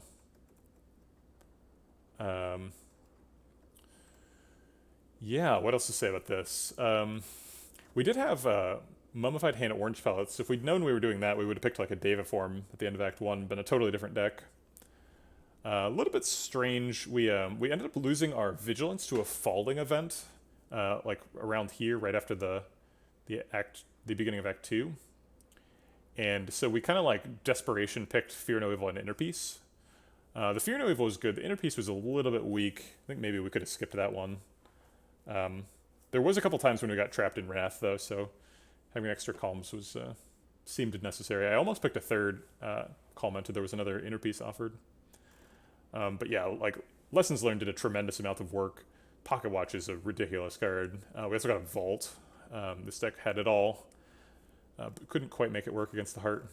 Getting a late Omega was pretty bad against the heart. We were so close, just a tiny bit of damage extra on any of a number of turns could have done it. In fact, maybe that turn that like super late when we just like skipped a strike, we were off by 13, I think. So like if we'd taken the strike, and I didn't do it because like I felt like I needed to draw 7 cards to be able to block, but if I'd played the strike, maybe we could have gotten enough. If we'd still gotten a damage cap, I think we would have actually killed the heart there. So maybe even just like the second to last turn was still winnable. But yeah, Lessons Learned is super good.